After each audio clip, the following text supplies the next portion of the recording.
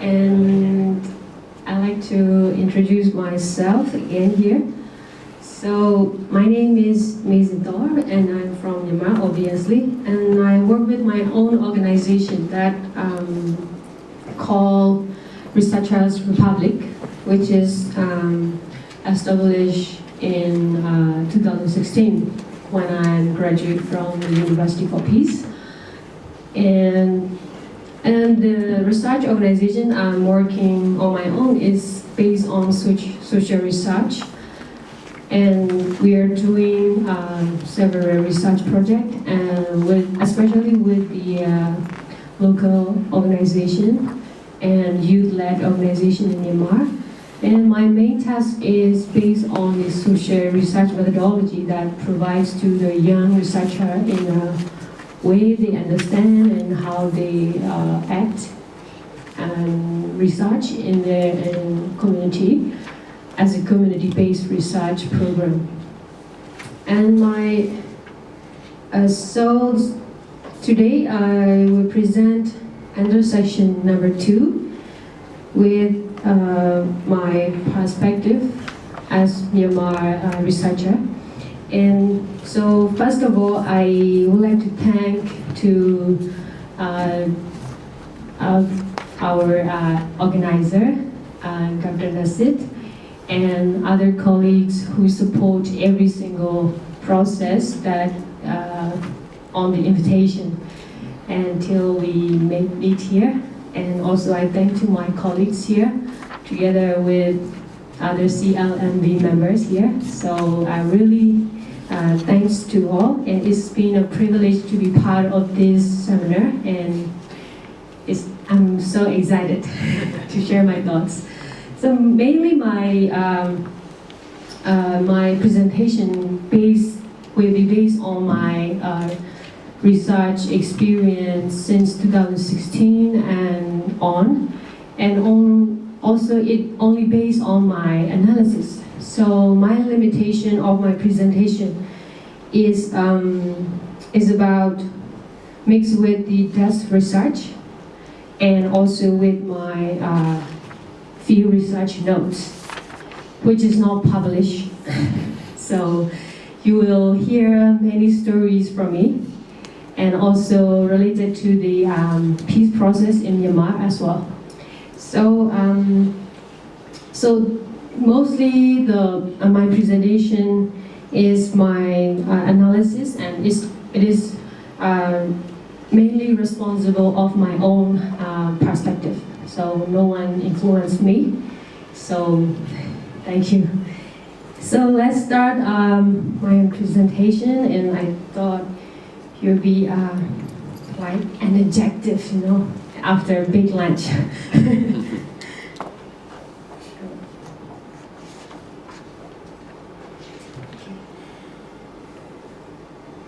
So my presentation, the content of my presentation is based on the 4 parts. First one is timeline about China-Myanmar relations, and the second is bilateral trade agreements and current relation between China and Myanmar. And the third is current peace process and the role of China. And the final is recommendation as a little reminder, but it's not really a recommendation because I'm not expert. So let's start. I have a notion here, so let's see what is this. The world is made in China. Oh. Sorry, but it's very true since I was so young, and whenever you see in your house and the kitchen utensil, the products you're using for your home, and any other kinds of material you're using are Chinese product. And like kitchen utensil and plastic, or the clothing, tail needles, small needles. So I think every single product we are using now in these days are from China, assembled in China, made in China. So I think here I get your attention here, just for a notion. So let's see our timeline and China-Myanmar relation at a glance. So starting from the 1988 until 2011 here. So Change. So here is, I'd like to share this timeline here with you, just overview. So in 1988, I think all of you know about our democratic uprising and crackdown by the military government in 1988 until 2011. It's the military coup era. And in 2001, the Chinese government's global policy, according to it, there's starting bilateral agreements with Myanmar government at the time. And I think it's official. But maybe in the later year, like before 2001, there will be several projects and investment in Myanmar, but we are not informed by the government by the time. And in 2005 and 2010, so the Chinese FDI increase in Myanmar is obviously to see.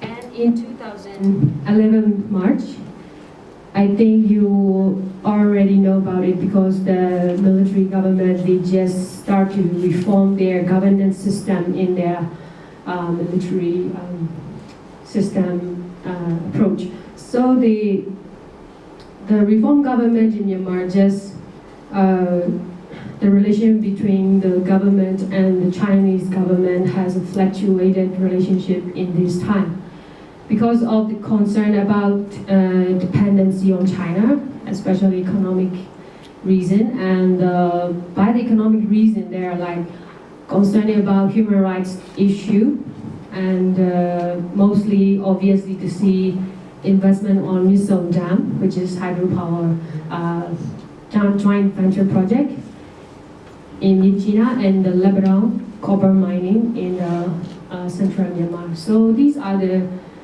highlight points why fluctuated relationship with China and Myanmar government by the time. So I want to extract some years that. So from 1988 to till 2011, why I was highlighted this about is this era we have blackout information. So we don't have any, we don't have access to information from the government, military government so-called. So we don't have any kinds of information related to economic and also political, especially. So these era are the blackout information era. So these are the limitations as well.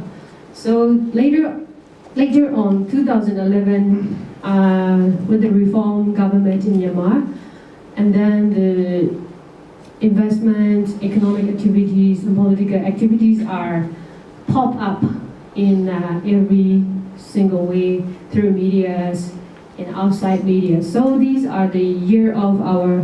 So this 2011 is big year for people in Myanmar because we came to learn that what governments are doing in the past, and also very overwhelmed by the government who's doing such kind of big venture investment and other economic activities in Myanmar as well. So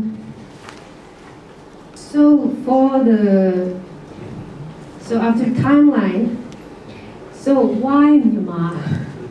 So let's see, it's I think everybody knows about it because we are rich in natural resources like jade mining, gold mining, and also copper mine, and also rich with our hydropower mineral water resources there. So we have huge impact on that as well. So the second is lack of competitors because And during like since 1988 till 2011, I think. So these year are the blackout year, I mean information. And also this year are like we are left behind from the ASEAN member country as well. And also we are, so we've been cut ties from the international community because of military government, the international community, they made sanctions over Myanmar, and these are turned out as an impact, social impact or economic impacts to the people in Myanmar as well. So these kind of international sanctions over Myanmar encouraging Chinese government to invest in Myanmar a lot. So these second reason is also like why Myanmar are the main and major invest venue for China. And the third is its strategic location, because Myanmar is between India and between China, and is also connected to the Asia and the Indian Ocean. So it's like economic corridor and has a necessary location. So these three reasons is why China invests in Myanmar. Overview. So here, this data came up from our we call it directorate investment and called communication or something. So we call it DIGA. So you can find it on Myanmar website as well. So these are I just extract from their data. So these are the total numbers of company since 1988 to 2017. It's up to November. So these are the number of companies, and you will see, I don't think you see the bottom line. So Myanmar company are in the blue one. Foreign companies are in orange. And the other is association joint venture data. So you will see how Myanmar company are growing up to from 2011 to till 2017.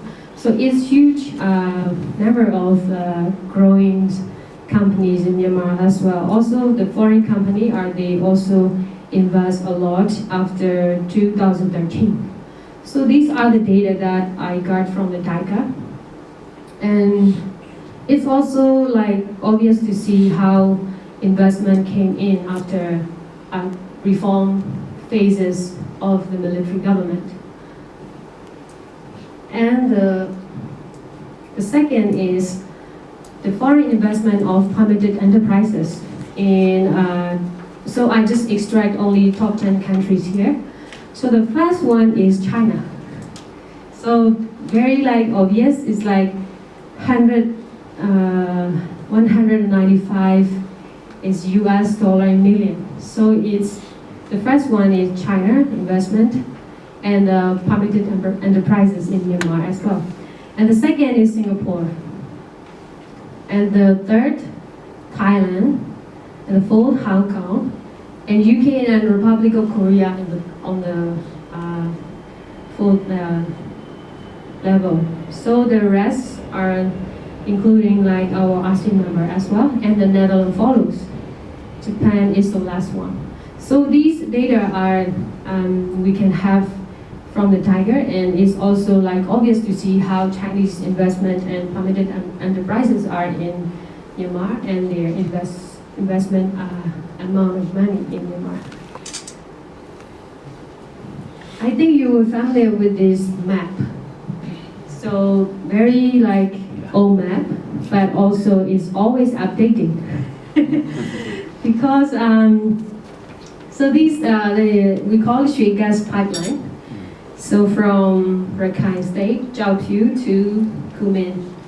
So what I want to say later on, it's sub-national conflict because of the pipeline. And also how does it relate to our resource conflict as well.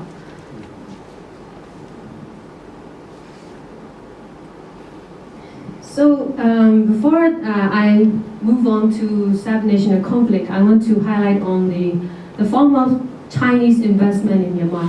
So we can see three categories in the form of Chinese investment in Myanmar as well. So the first one is power sector, which includes hydropower, oil and gas, and mining. And the second is agriculture sector, which is very small portion that support opium substitution plantation site along the Chinese-Myanmar border area. And when you see tourism sector, there's none, but I will explain later on. So these are the categories, three categories that the Chinese investment are doing. And let's see. When we see the data like from the Tiger and also one of the report from the China is from Global Environmental Institute. Because when we are looking for the data from Chinese investor in Myanmar, they are reluctant to show or to meet with the researcher in a way they don't want to see us. So it's really hard to get information from them. So we have to depend on Chinese backup, research institute in return. So I just found out one report which is called Global Environmental Institute, which is backed up by the Chinese government as well, I suppose. And then it came out like a very informative scoping study research online. And so I think mostly are in state-owned enterprises in the power sector. So the investment made by Chinese government in our power sector, why they invest a lot in like millions. So what we found out that hydropower, so two types of power sector, just let's see here. So hydropower companies, they have 27, including mega project like Missile Dam in Kachin State.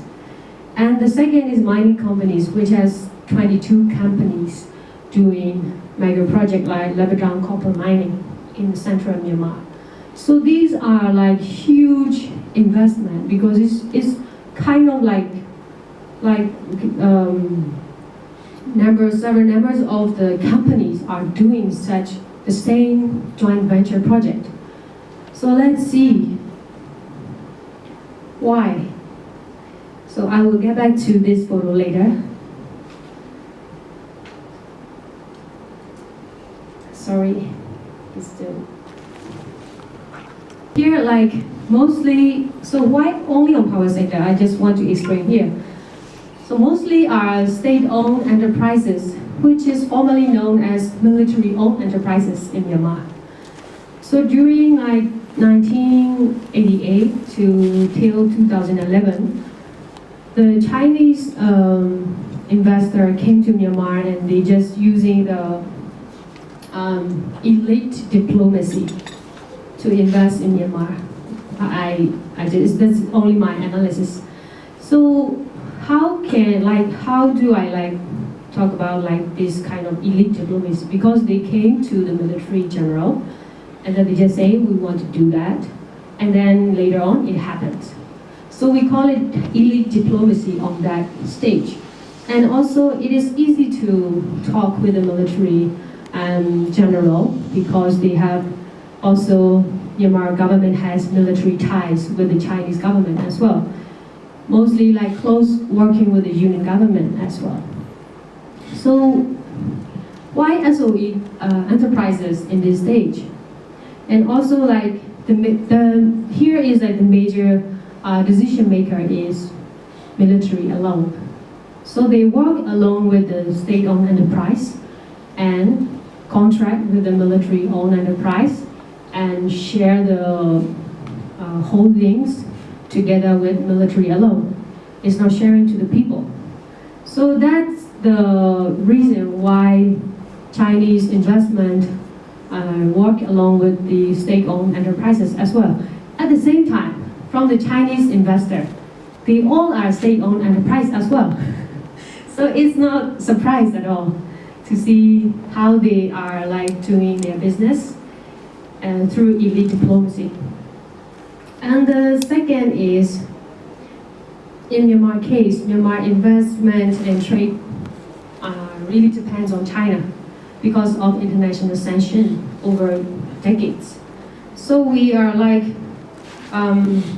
depending on the China, and mostly China is not only economic reason, but also with military relation between two countries that has been made during the political ideology divided in and since after our independence from British in 1948 literally. So, and the third is Myanmar has been very weak in regulations and taxation on extractive industries like hydropower, mining companies, and other mineral projects.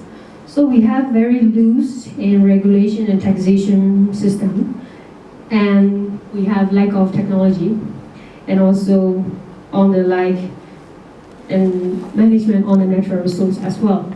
So we are like all joint investment are so-called military-owned enterprises.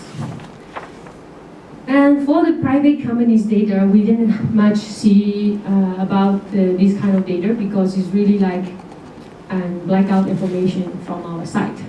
If you wanted to see that the investment made from Chinese government, we have to use Xinhua News and also the other China, Asia correspondent, something like that. So we have to rely on these kind of news as well. So it's really hard to access the information. And also, I would like to recommend to find out the report by Global Witness and Stephen, because they made a significant report on jade mining on Myanmar extractive industry, which is related to Transparency Initiative. So this is a good report and very informative, but still challenging to access information, both government, Myanmar government side and the Chinese government side. So I will explain now the picture. So the last 2 days, I think, or last week, literally. So one of the parliament member, the woman, she proposed a letter to CPI, who are doing the Lebanon copper mining in central Myanmar. So they just want to resolve the problem and to make a public consultation by the CPI. She proposed a letter to Chinese embassy in Yangon, and but she was stopped by the police officer not to send the letter in front of the embassy. So it's really very awkward to see several activists and the parliament member in front of the Chinese embassy in Yangon, and they were stopped, somehow arrested in this peaceful proposal. But it's one of the picture, and this is in Miso Dam in Kachin State. So the people from Kachin State, they just want to stop the hydro dams by the Chinese investment. So it's really leading to the ethnic region tension because of this investment as well. So the photo in a light gray is in the foreign countries that the Kachin people, they just protesting for to stop the hydro dam in Miso as well. So these are the picture, but there are lots of story to talk about, but I won't say about more. So apart from the Chinese investment in Myanmar, the agriculture sector, which is small portion I mentioned here, is the opium substitution plantation site along China-Myanmar border areas. And I hope it's still like sustaining and maintain these kind of plantation site along the Chinese-Myanmar border area as well. But it's a surprise to see that tourism sector, there's none. I'm just wondering that why would like tourism sector is not developed? The thing is, it's also surprised to see that local news, which is released in December 2017, that the immigration from the Ministry of Immigration, they said that it is about to ease the visa rules and regulation for China for the business and tourism sector to develop. It's on official news. But behind the scene, like Kachin state, it's a very like controversial debate because according to my research on artisanal gold mining in Kachin state, which is also now fighting with Kachin independent organization and army. So it's quite tiring to see that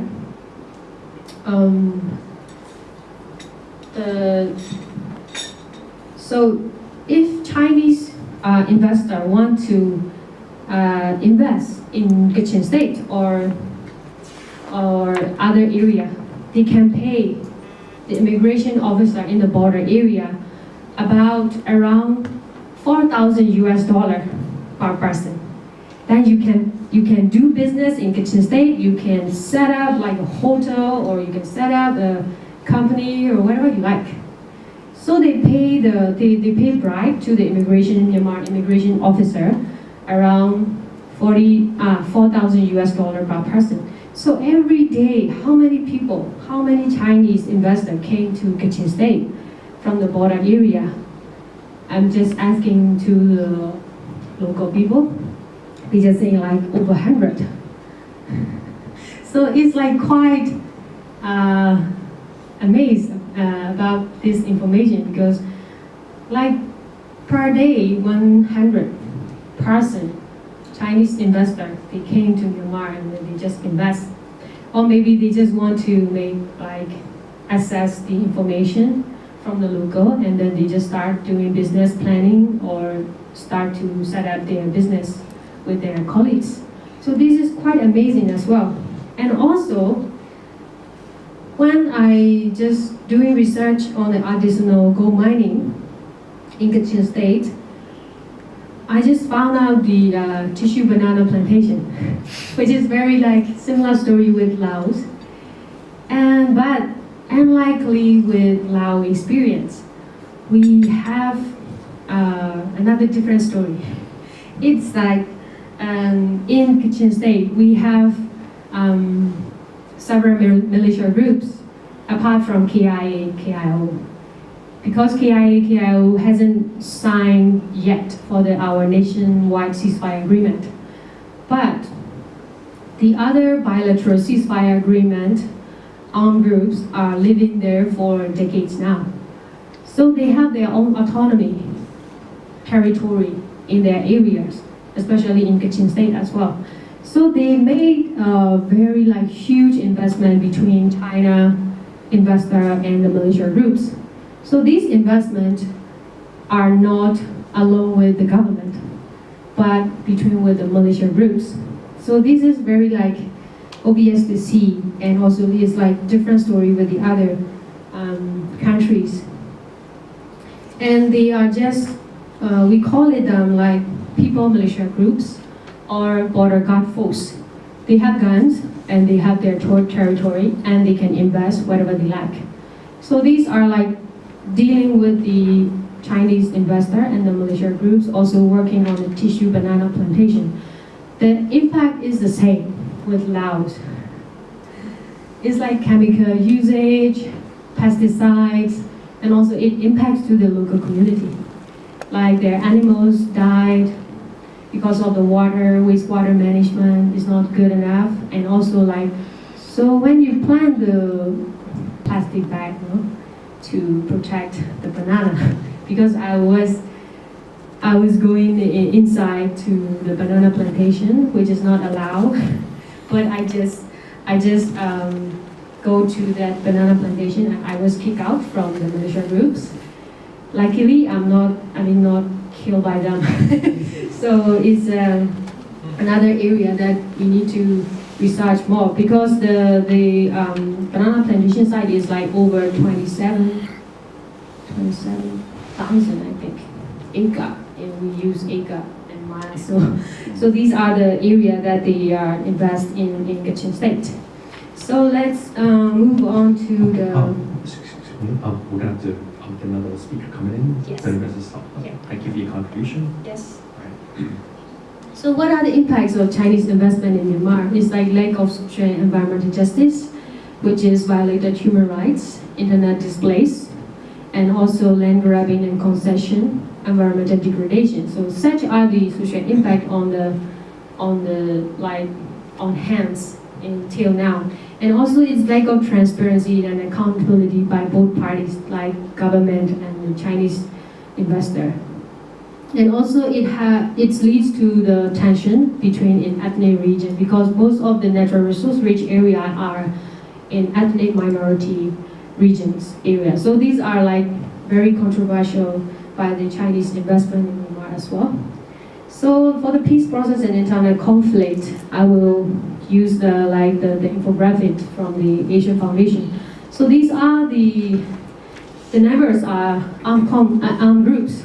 So it's the official armed groups who are like under ceasefire agreement and process. So these are is literally 20, but it's more than that. So I'm not proud of that, but it's really like reality. So you can see the conflict clashes with the blue circle. And so what highlight is here is like you will see the gas pipeline as well. So these are the area that they dispute the territories and the land grabbing and land concession area. And these are the conflict areas and resource extraction. So these are clashes in the yellow circle and dotted, and the sub-national conflict are in the blue. So you will see how conflict are related to the sub-national conflict as well. But in hydro dams, hydropowers, is a bit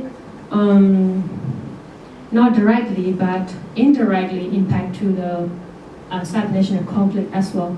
So I just want to recommend to see Asian Foundation report on sub-national conflict as well. So I will jump. So according to Myanmar peace process and stakeholder, my analysis is on the Chinese involvement is China wants and play in a major role of Myanmar peace process. It's obviously because we can see in the news, we can see in the diplomacy meeting, and also, so these are the stakeholder analysis. So military army wants to play and tries the major role to attain their legitimate power within international community. And the other like militia groups, they also really tie with China because if Chinese government is told like you have to sign the agreement letter and the armed groups, they follow the China suggestion. So Myanmar government has no power, but Chinese government, they have more power to guide the ethnic minority groups. That's really amazing. And also the government wants to play the critical role, but they have lesser power than the militia groups. So these are the stakeholder analysis that we found out these days. But according to the Asian Foundation report, the dilemma happened. It's like, if there's no development, there's no peace. But still, like we are in a controversial debate. But another skeptical by the militia forces is ceasefire means surrender, because they have to surrender their arms, artillery to the military government. So that's their surrender. So that's a controversial debate currently happening in Myanmar as well. So as it concludes, Myanmar cannot avoid China economically and politically in 3 reasons, because first is military ties, second is strategic economic interests, and the third is dependency relation to China. So we can't avoid China. So And the role of China in Myanmar peace process is very inevitable. So you cannot avoid China. So, but next. So this is a little reminder, not recommendation. But considering peace process is as first priority. This is our first priority in the people from Myanmar. But the controversial also happening. And we would like to recommend that learn from our Myanmar government. I mean, newly elected government, not from military. And also, we have 3 levels of power because we have military holder government, also Myanmar newly elected government, also under the militia groups. So we have 3 types of level of authorities in Myanmar. So you have to deal with that every investment you make. And the third is a country local context to learn and be active in public consultation, because every investment they didn't put first priority as public consultation. This is the first priority for Myanmar people. And also listen our voices. So that's our demanding point. Because when you go to see the Chinese investor or whatever the companies are coming, they are reluctant to meet with the people or CSO member or with the other INGOs or NGOs. So this is a bit tiring to see that. And also for the international community, if they made sanction over Myanmar, the people only will be suffer, because it's not directly goes to the other like military or the government, but it's also like mostly impact to the people. So if they made sanction over Myanmar, the more people suffer. So that's what we recommend as a little reminder. So thank you so much for your attention. So good afternoon, everyone. I hope that you not feel sleepy.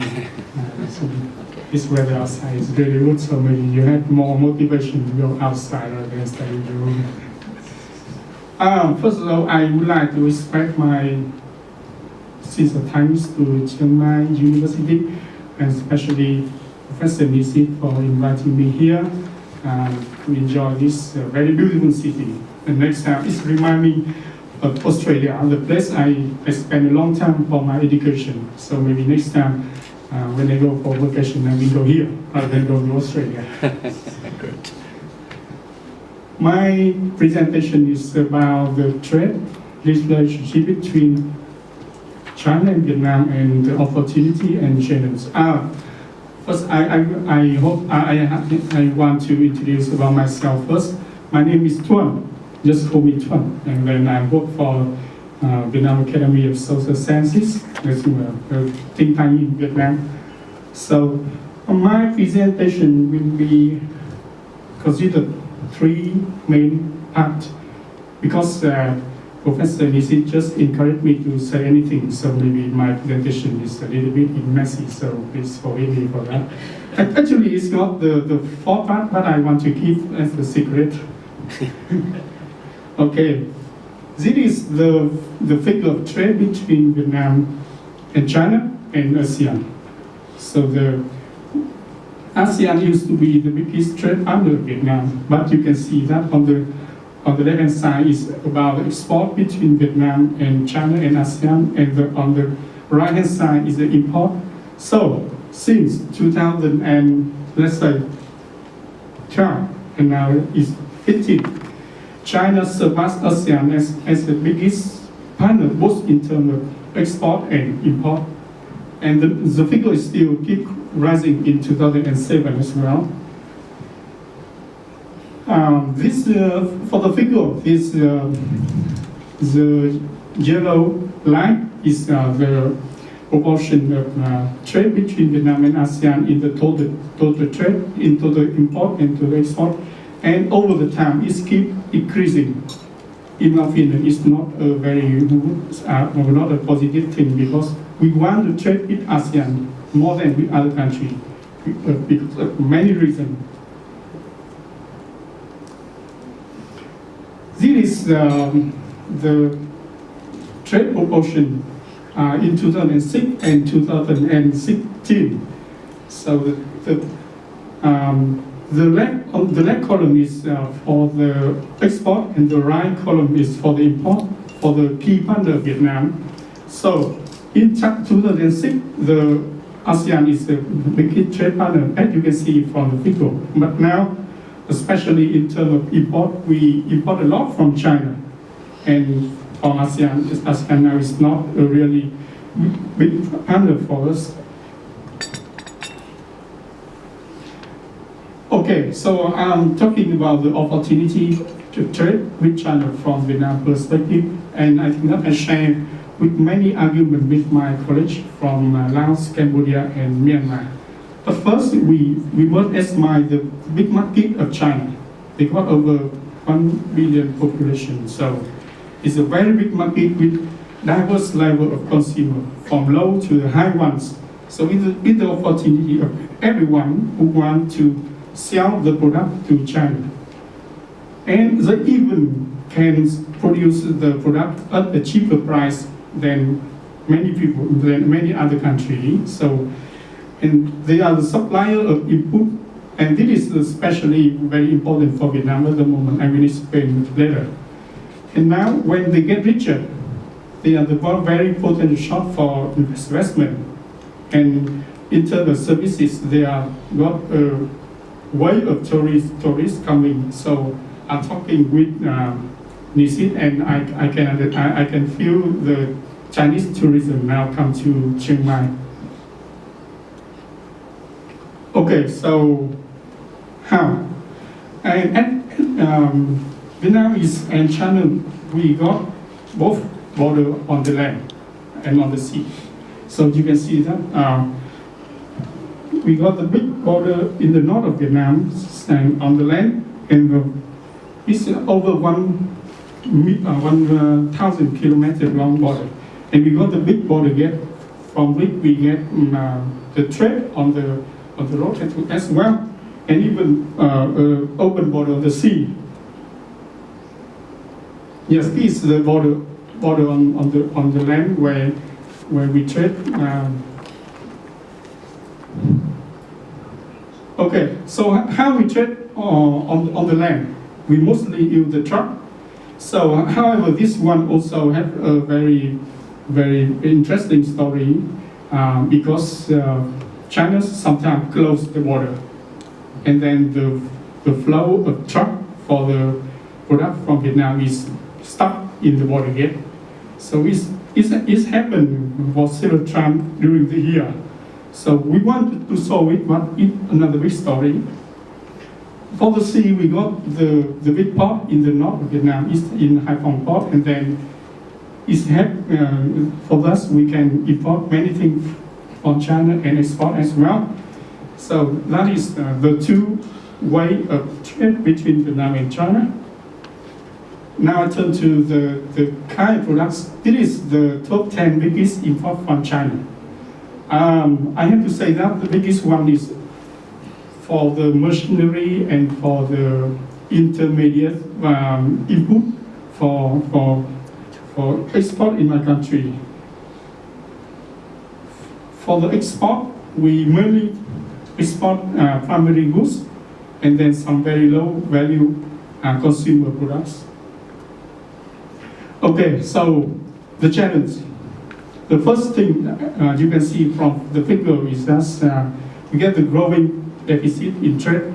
That's the import is we import more and more, while export is increased very slowly. The second is we highly depend on the source of input to produce export from Vietnam, and now due to the very cheap products from China, thanks to the trade agreement between China and ASEAN, now the domestic economy is find very hard to compete with the cheap product from China. And even we are very incompetitiveness in compete with other neighborhood country, even of course to Thailand, when we try to export a product to China as well. And we are very slow in improve the localized added value of export. This is the growing deficit. It's now as of 2017, it's increased to over $30 billion per year. So it's quite a big number, even if it accounts for over 10% of the total import and export from Vietnam. And it's growing. That's another story. Another challenging is that to export something out of Vietnam, we have to import from China. And in this figure, you can see that the 50% of export goods from Vietnam require external from China. So if we want to export more, we have to import more. So that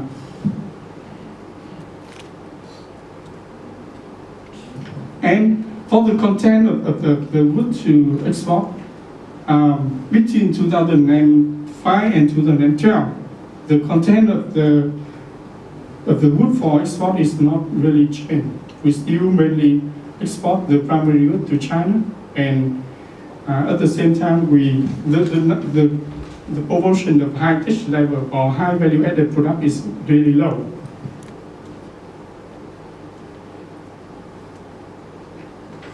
Just in terms of the localized added value in export, I have to say that so far we have only over 30% of value added is produced in Vietnam.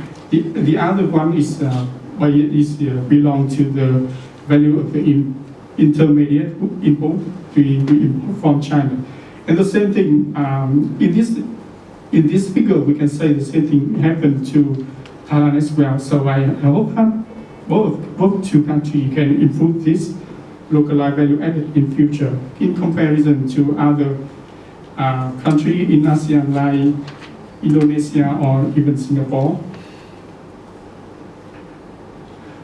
I will list some empirical findings because what I just said is about the analysis beyond the figure. This is the empirical finding from kind of the econometric calculation. So the first thing is very interesting is about the concentration ratio. That means we totally depend on China for these products. That means if China refuses to import food, energy, or plastic products from Vietnam, so 80% of the value added will be stuck, and it will increase the problem. Another thing is the third one here is my study. I want to estimate the impact from exchange rate trade between Vietnam and China, and I found that it had the very minimal impact. It's a little bit similar to the study by my colleague from Cambodia. The last item is nearly 90% of transactions involve the Chinese currency. That means they control both the product and the currency in the trade between the two countries. So I'm very happy when the AEC become effective since 2015. But from the Vietnamese perspective, so far the impact is not really as we expected. The first is that when we done the survey prior to AEC establishment, it's very pity that 80% of Vietnamese commonly doesn't know about the AEC benefit and challenges. So, however, we believe that in future AEC will giving the benefit to us. I make a comparison with other ASEAN when both of us to China, and I found that Vietnam is lag behind other neighborhood country in the product content because we mainly export the primary goods, while, for example, Thailand is doing very well in high tech and even in medium tech products.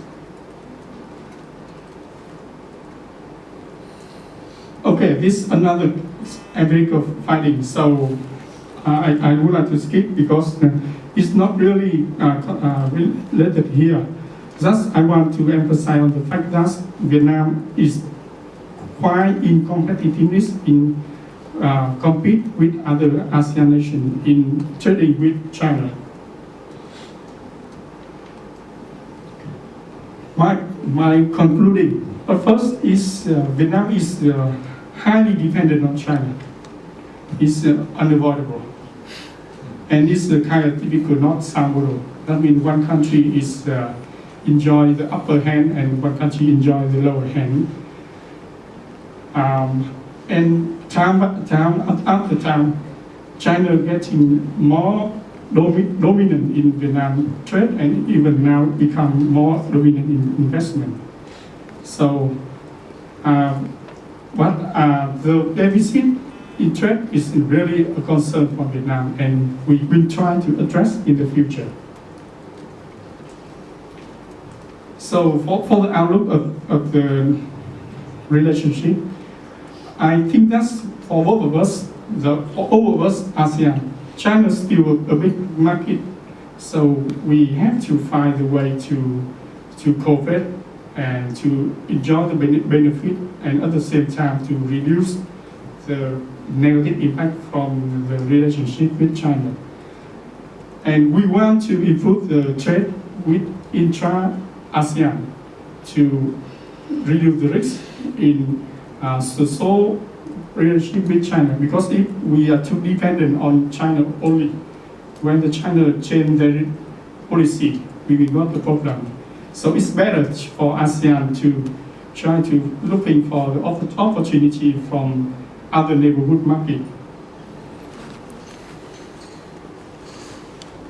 And now the fourth one. This happened some days ago because my Vietnam team advanced to the final. Everyone in here might know, but the more interesting thing is the next one.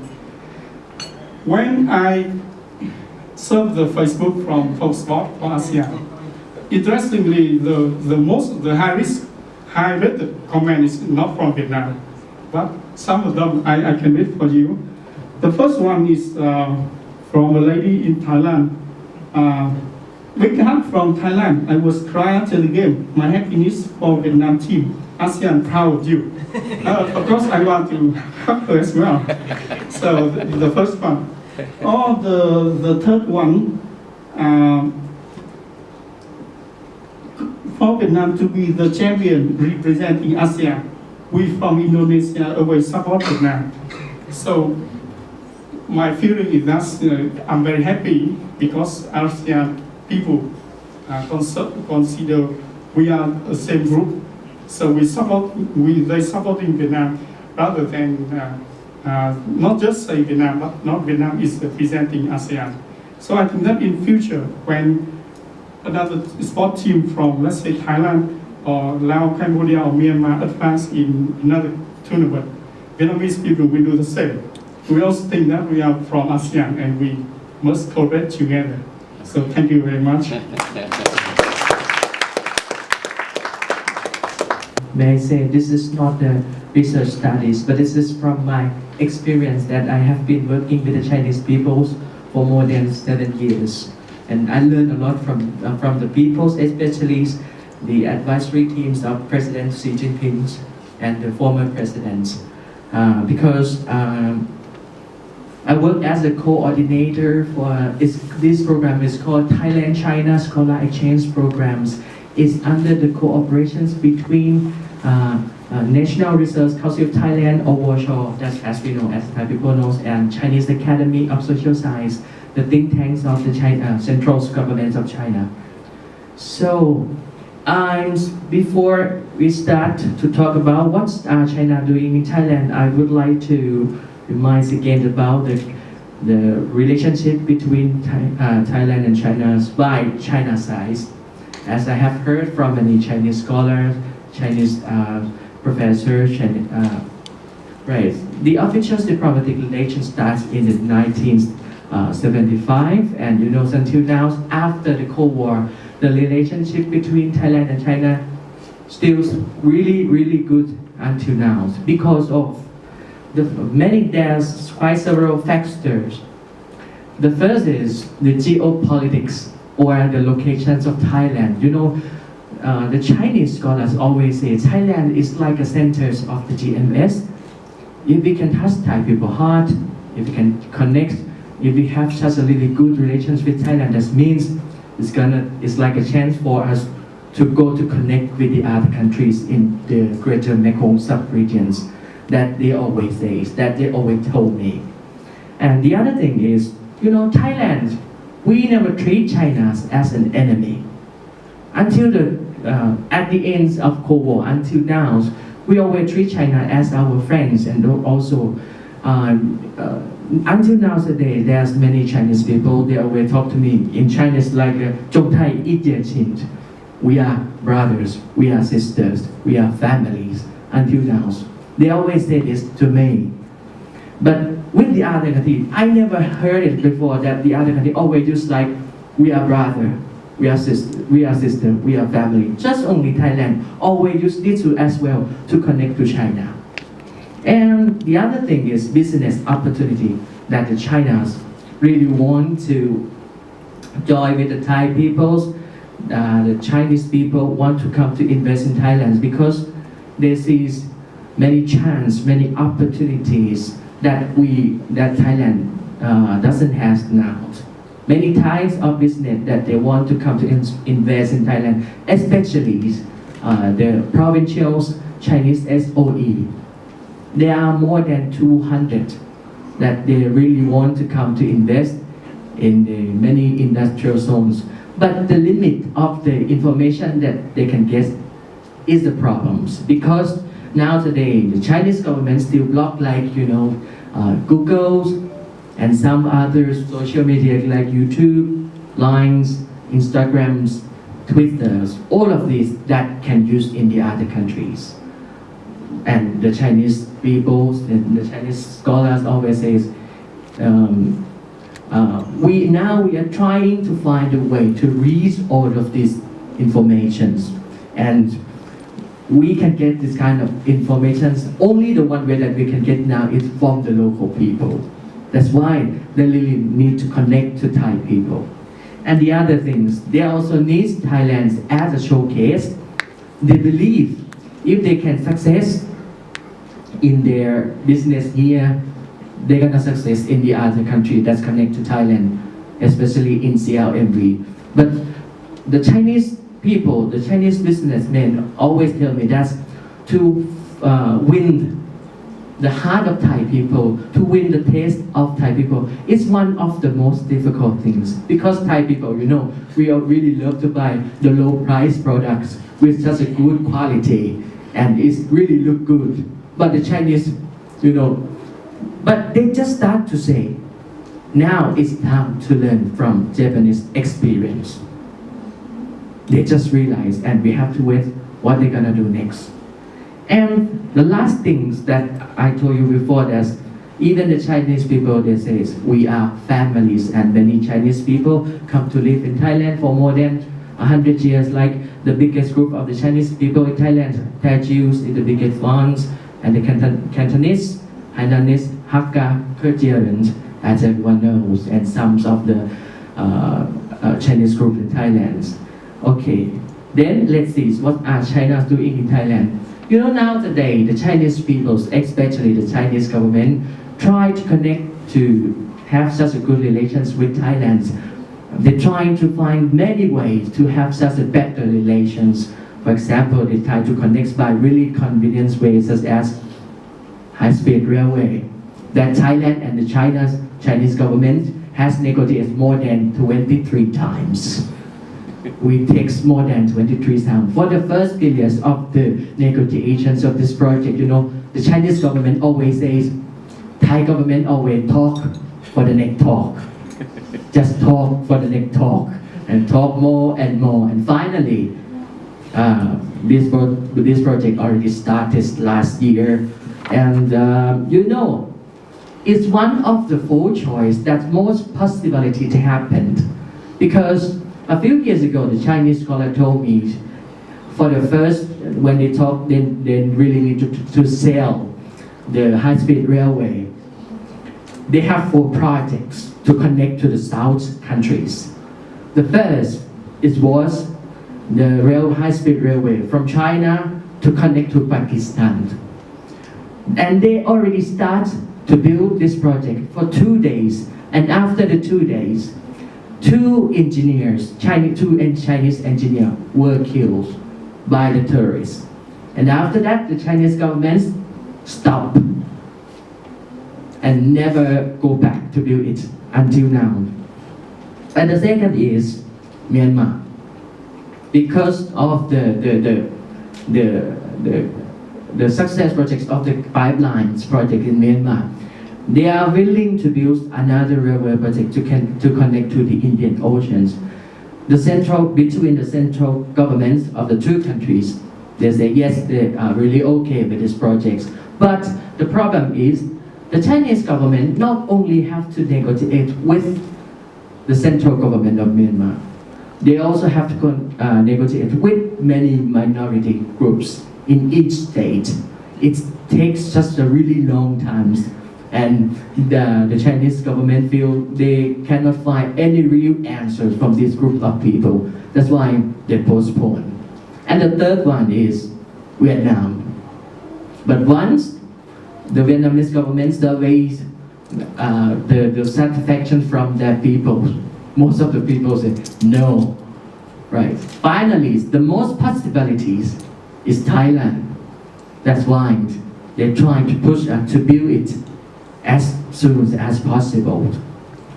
And there are so many ways that the Chinese try to connect to us, like we just bought some submarine and tanks from China, and this is another bank that they come to open in Thailand. They started their business here since 2007, and now they open more branch.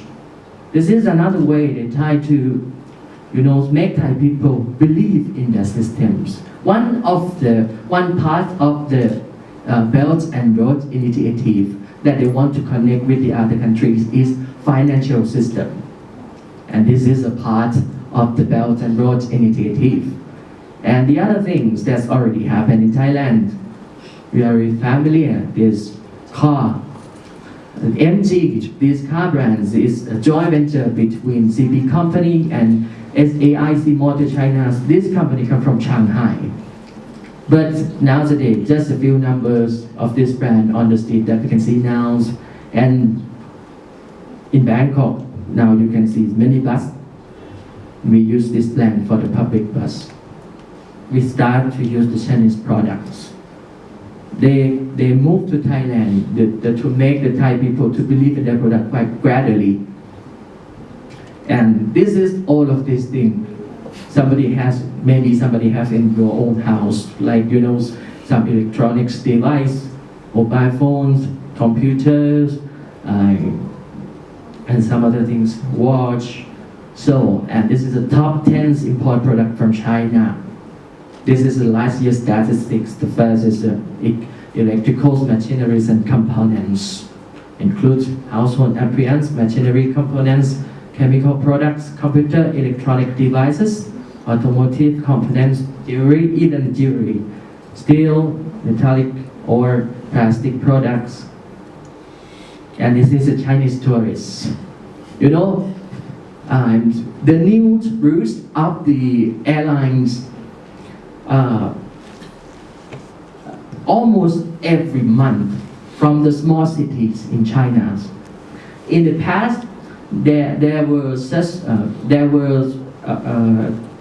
a few direct flights from the small city, but now, nowadays, almost 10 million Chinese tourists last year come to Thailand, and the most favorite destinations are Bangkok, Chiang Mai, and Phuket. After the movie Lost in Thailand has launched 2013, and we have to understand, or most of the Chinese people, why they come to Thailand and they always make really noisy. There's like, because around 70 to 80% they go out of the country for the first times. And nobody informed them, even the tour guide who took them to here.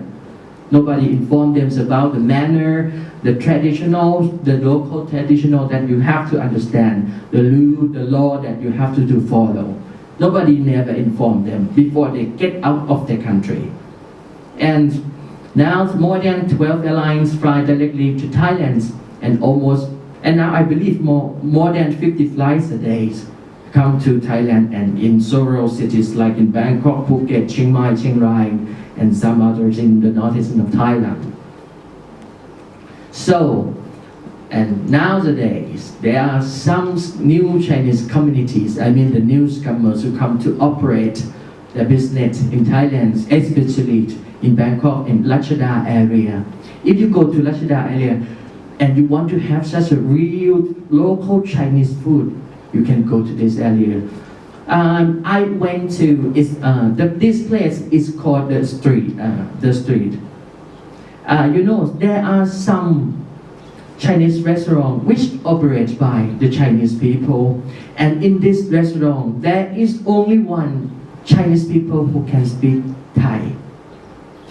Whenever you want to have, maybe for some time, if you want to have a real Chinese food, you should bring some people who can speak Chinese with you in Thailand. So, and the other thing is bicycle. They just come to operate this business a few months ago. The first place is my university, Thammasat University. They bring 1,200 bicycles and they give us to use it for free for 3 months.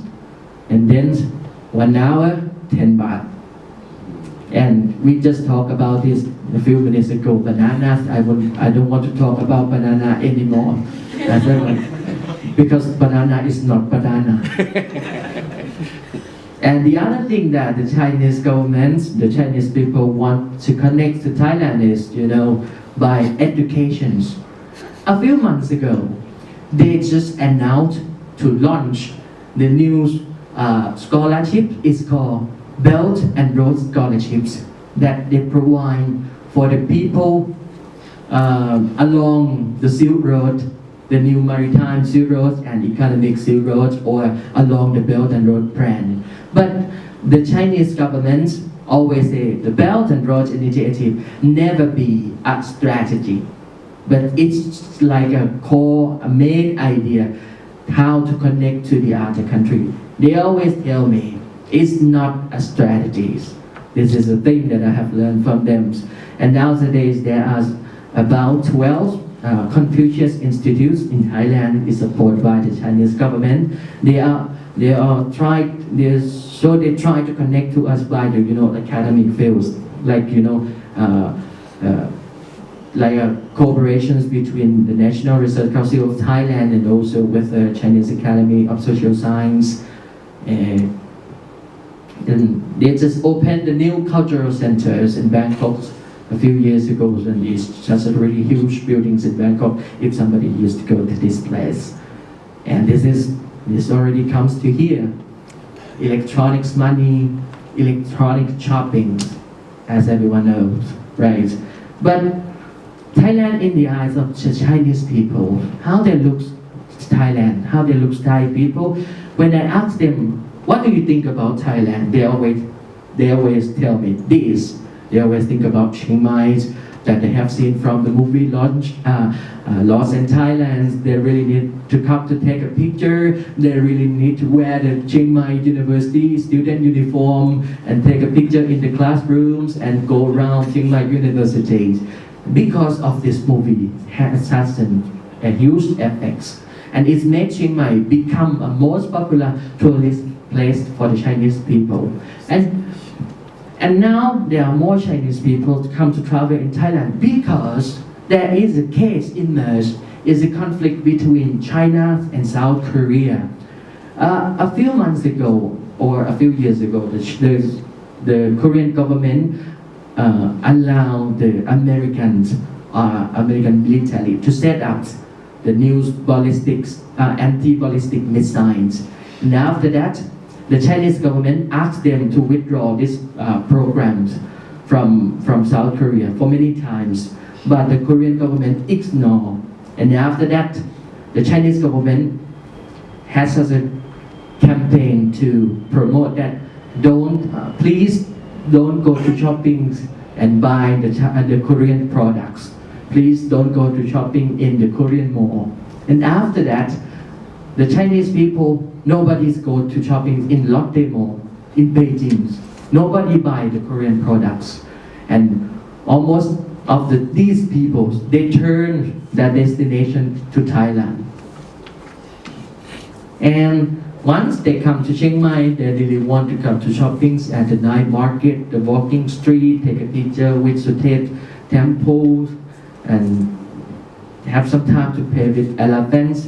And also, when they go to Bangkok, they really want to see the Grand Palace. Even sometimes I try to skip this program, but they always ask me, please bring me to this bed because I need evidence to show my friends that I already alive Thailand. And also Jatujak Market and these scenes, what Arun, and also Puji, as the Chinese people know Puji. They want to take a picture with the deep blue seas, have time for snorkeling and walk around the old cities. And also, when the Chinese people think about Thailand, they always think poverty and underdevelopment.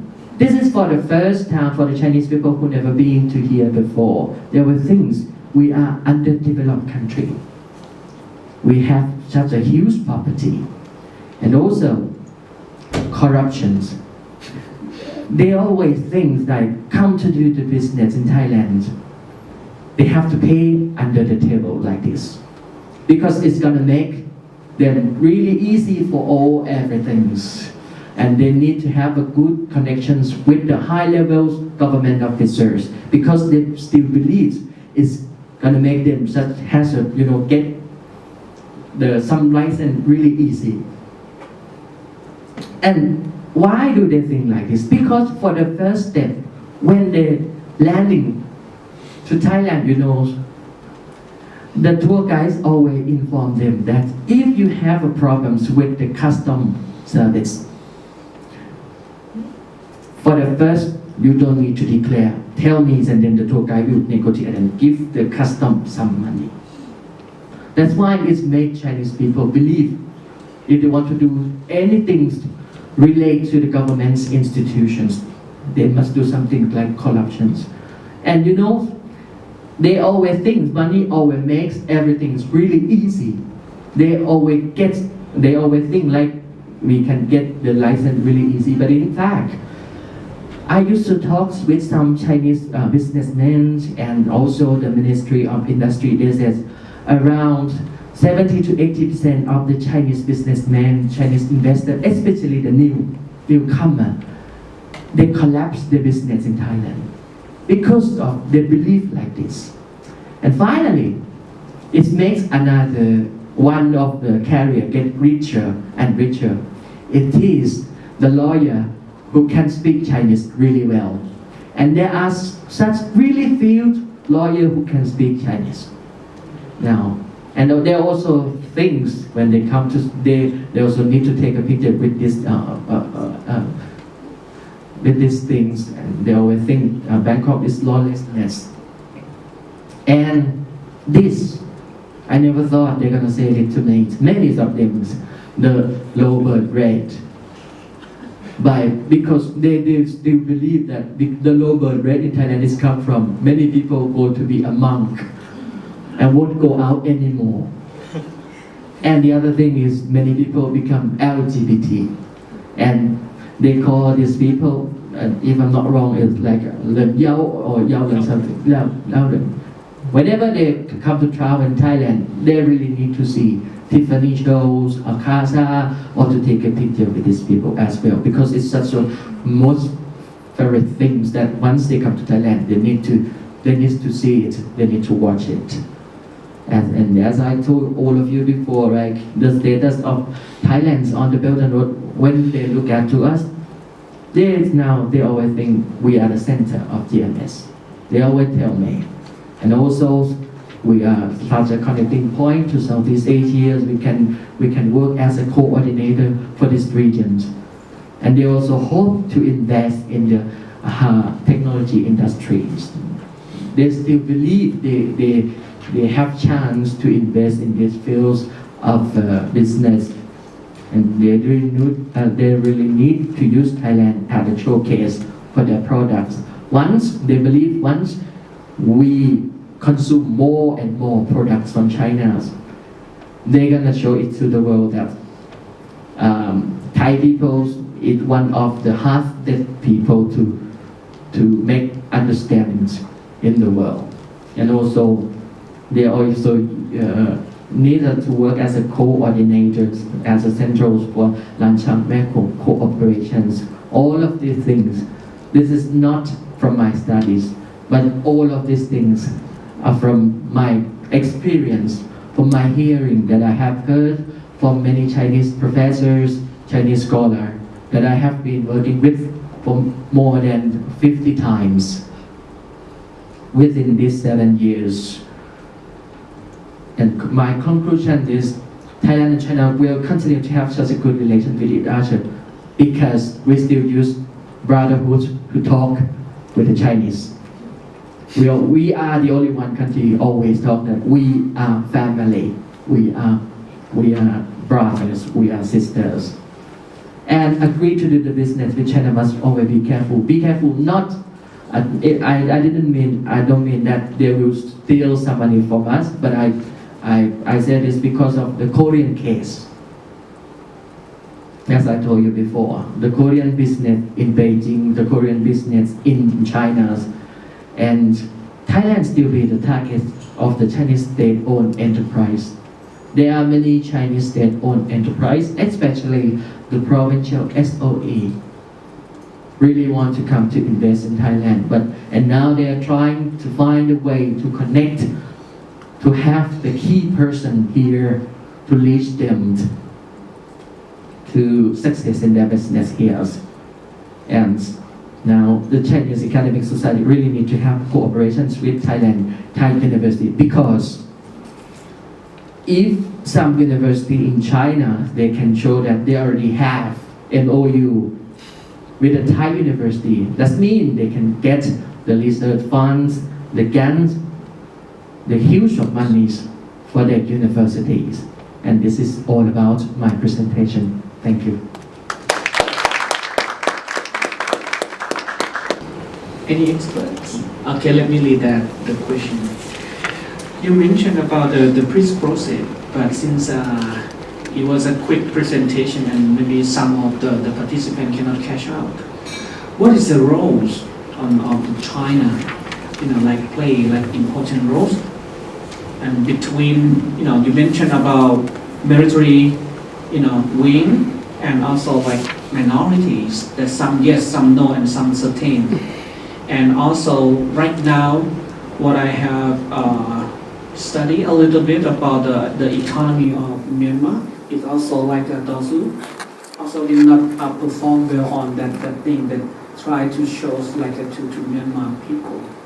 Is that all things together here that how China pick up the status okay, you go with us, you be okay. Can you have a comment for that? Thank you, Dr. Sid. And it's very good question, and also I want to explain more. So according to the peace process, I think the peace process starting around after U Deng Seng, the president from the military general, when he took power, the peace process is starting his kind of agenda to raise concern about the ethnic minority issues.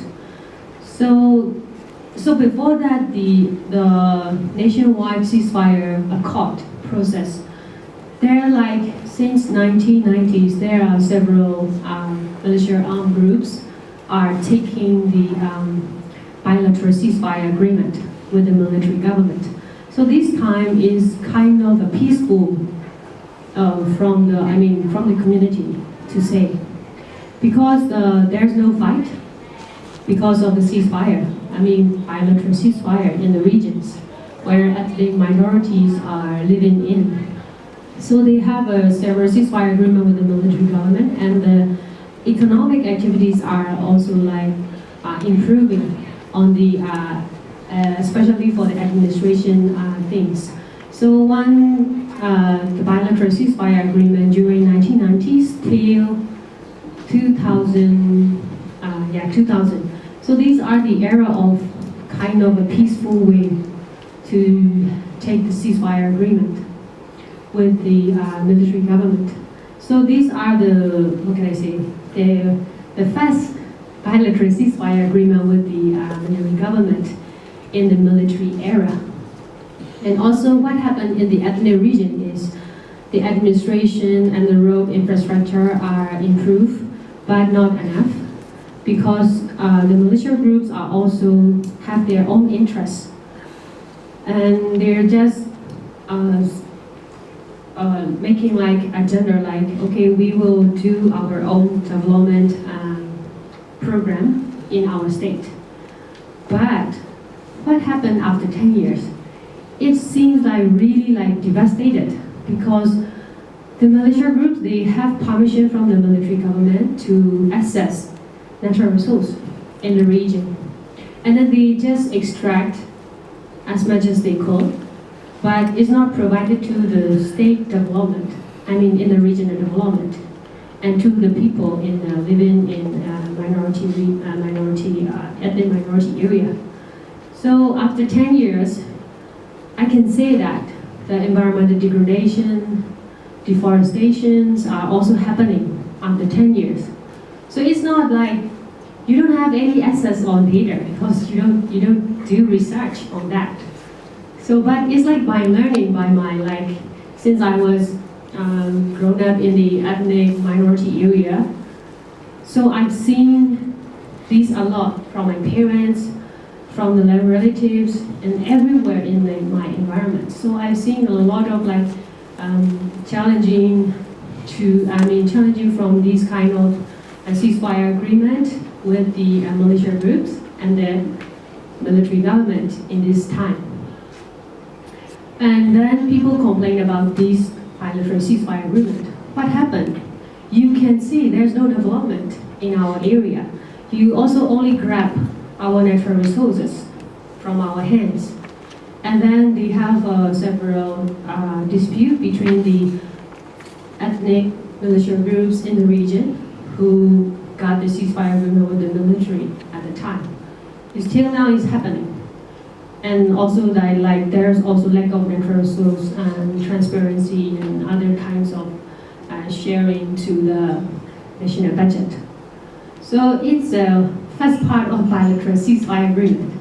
And the second part is now starting, let's say 2011. So since President Hu Sen took power as a president of Myanmar in 2010, I think. And then he initiated the nationwide ceasefire agreement with the 20 groups, what I mentioned in the picture. But the only 8 groups are included to sign the signatory as a signatory members, because the other member Arakan Army or KIA, KIO, and the other WA, we call WA region army. So they're left behind. Several groups are left behind in the initiated peace process. And then what happened next is they're fighting again on the ground, because they have territory issues. So according to the NC process, there's security sector reform, and also DRR is followed by the peace process. But at the same time, they have to negotiate with the territory issue.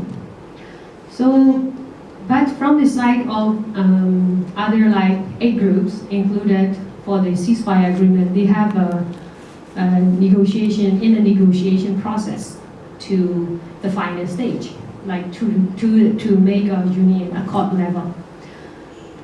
But even the 8 groups signed the signatory process, there are also like several fighting.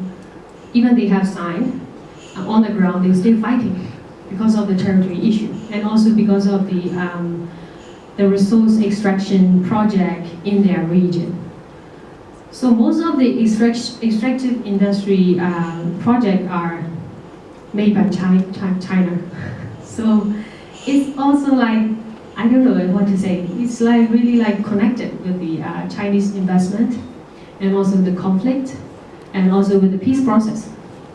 So I don't know how to relate, connect to it, but at the same time, the Chinese government, they also like close with the militia groups, like KIA, KIO, and also closely with working with War United Army.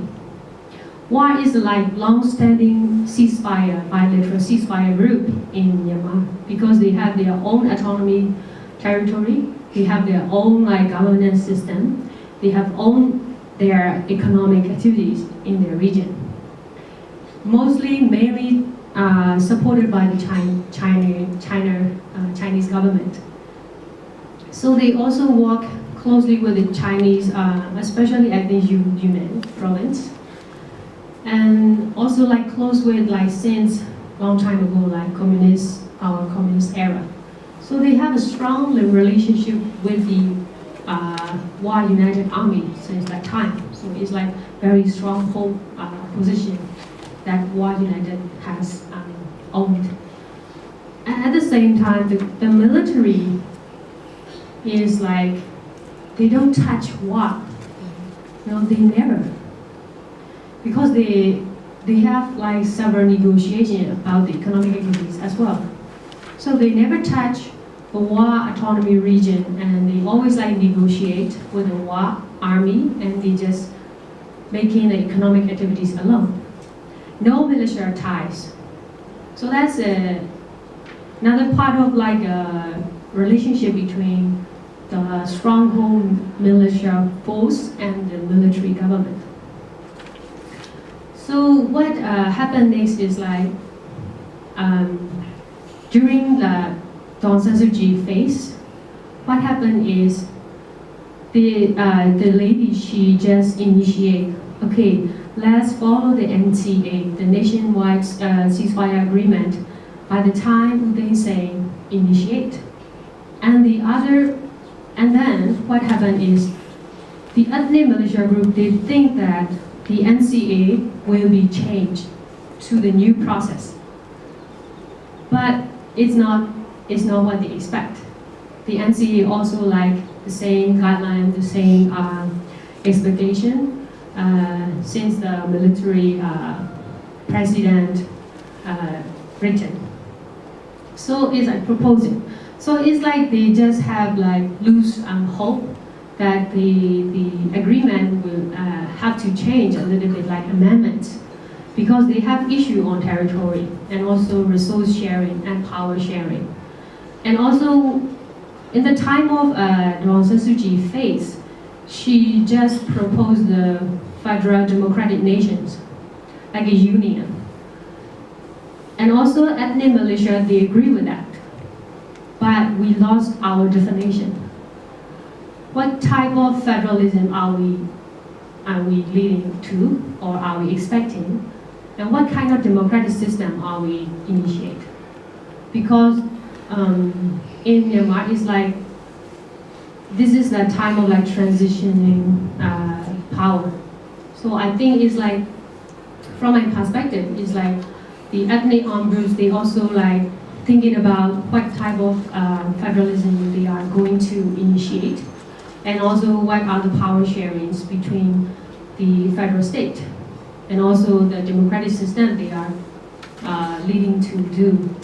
So I So from my experience, I work with the 8 signatory groups for the former technical group to support land and governance sector. Because we have under NCA process, we have 5 sectors.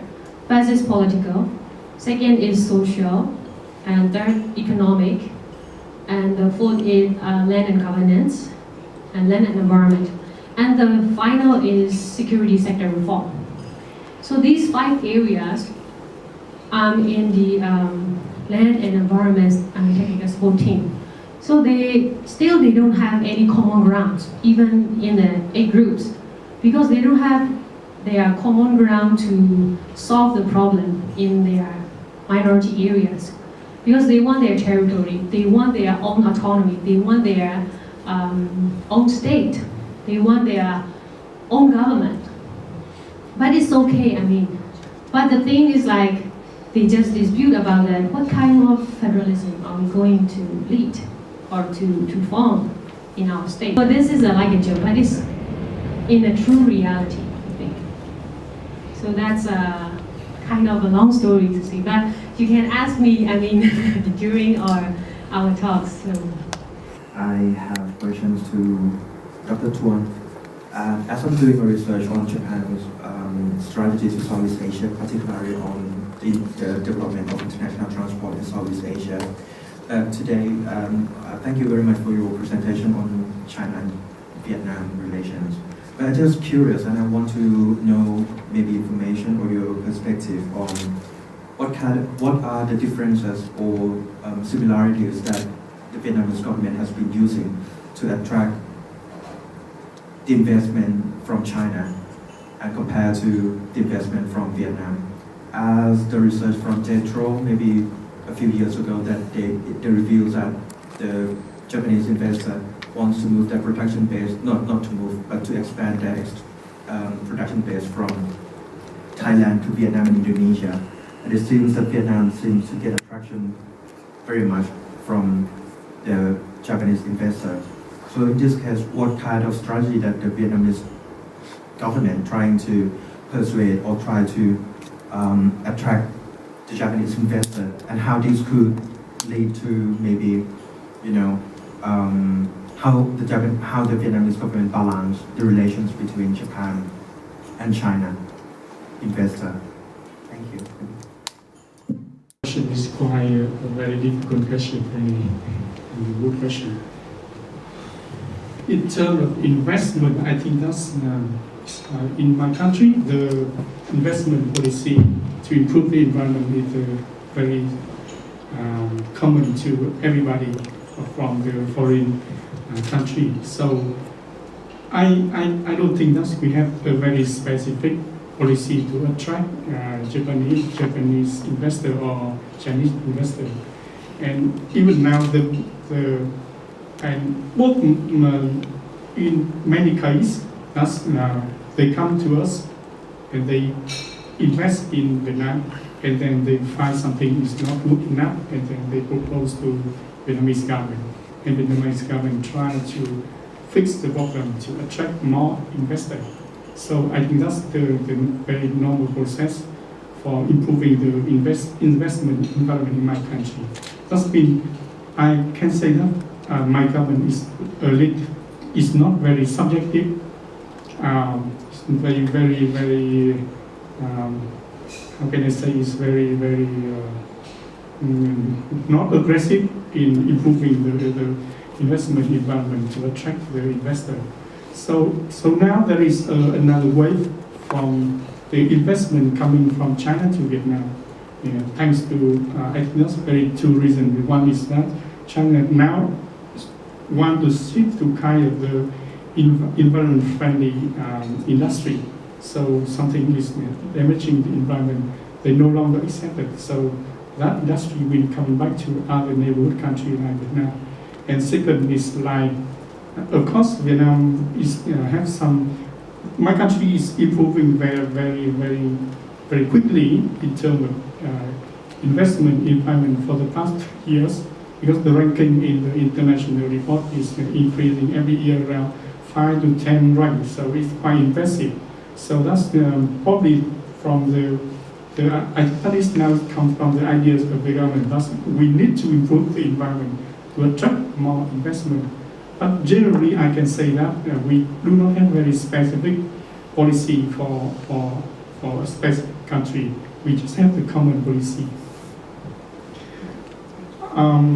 Regarding to the Japan and China, it's very hard to say because, as you might know, there is the relationship between Vietnam and China at the top level have sometimes very secret.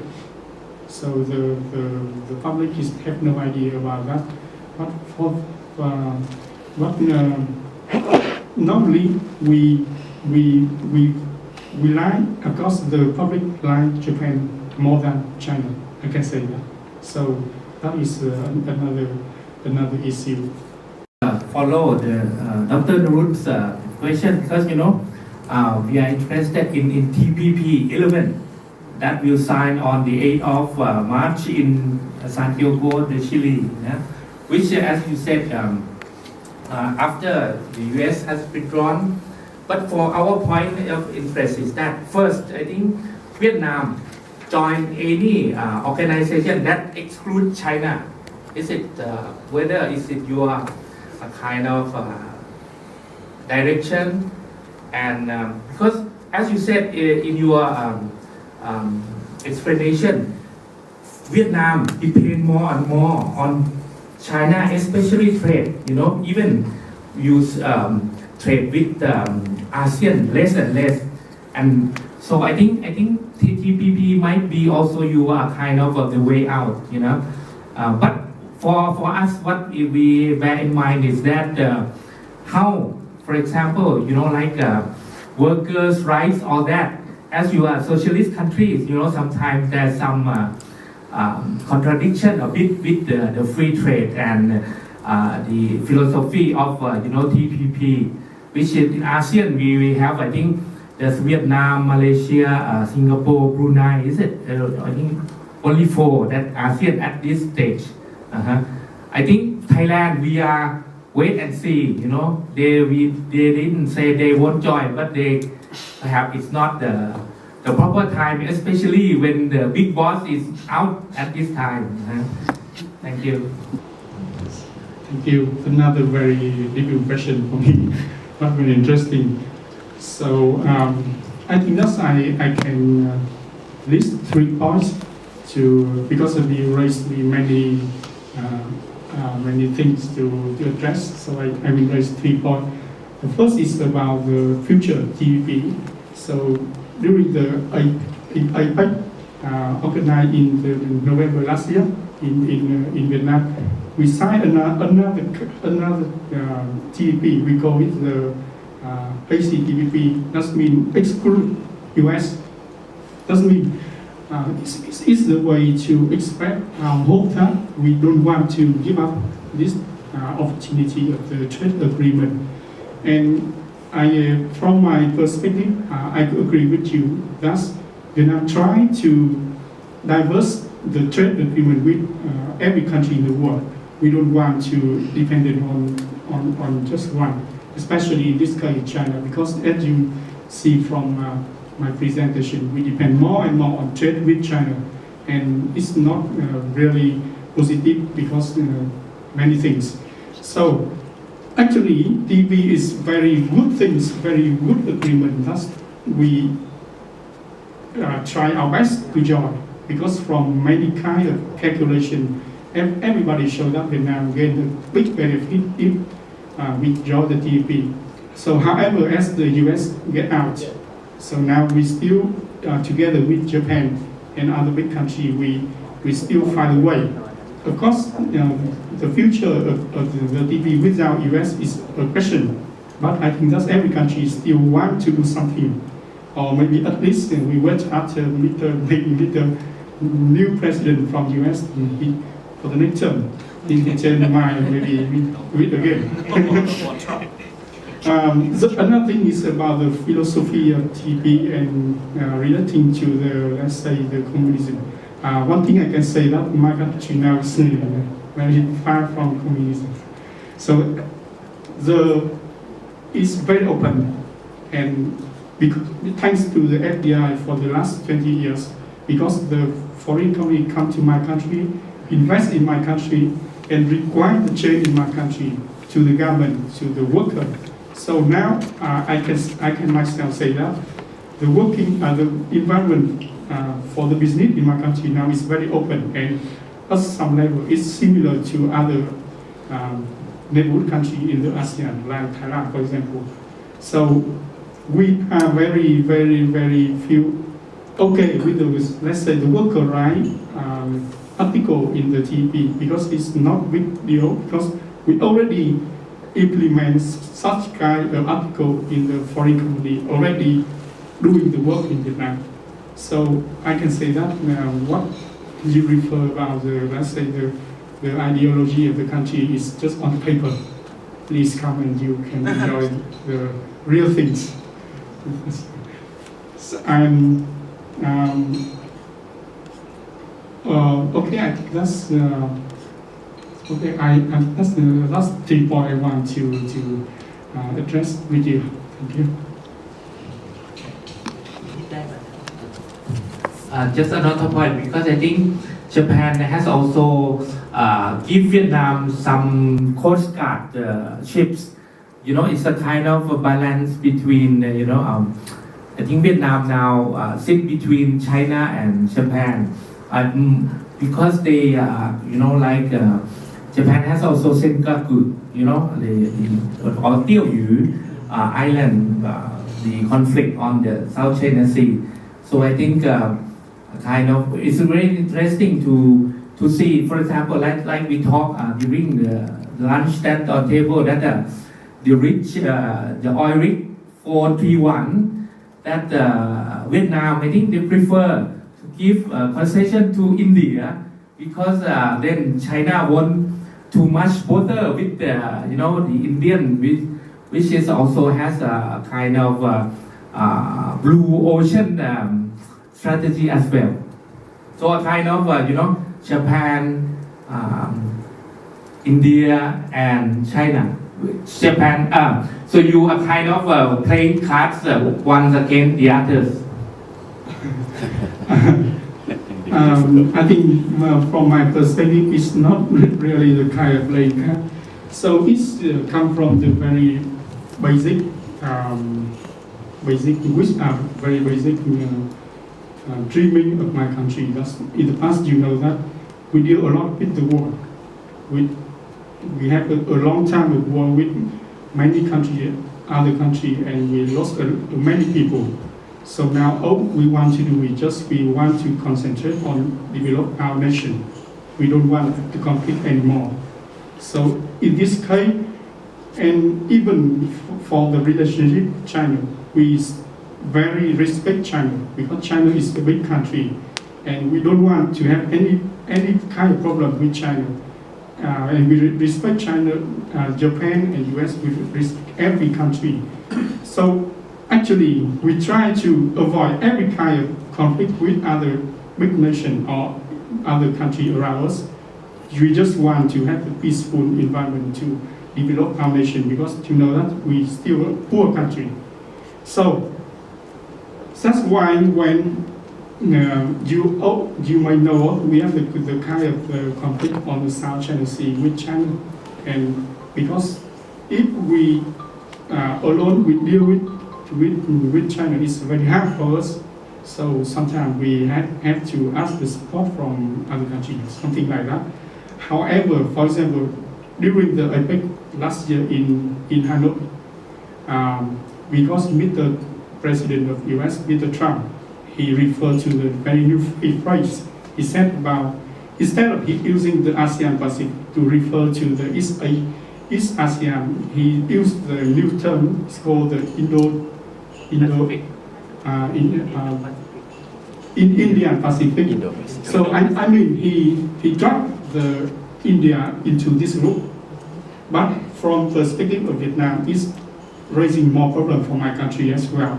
Because actually we have to India join the problem, because the South China Sea or the area around is just the problem of Vietnam. But many countries join, so we really feel afraid of that. We don't want to, to disturb other country. But now the big country join in, so it really creates problem rather than solve the problem.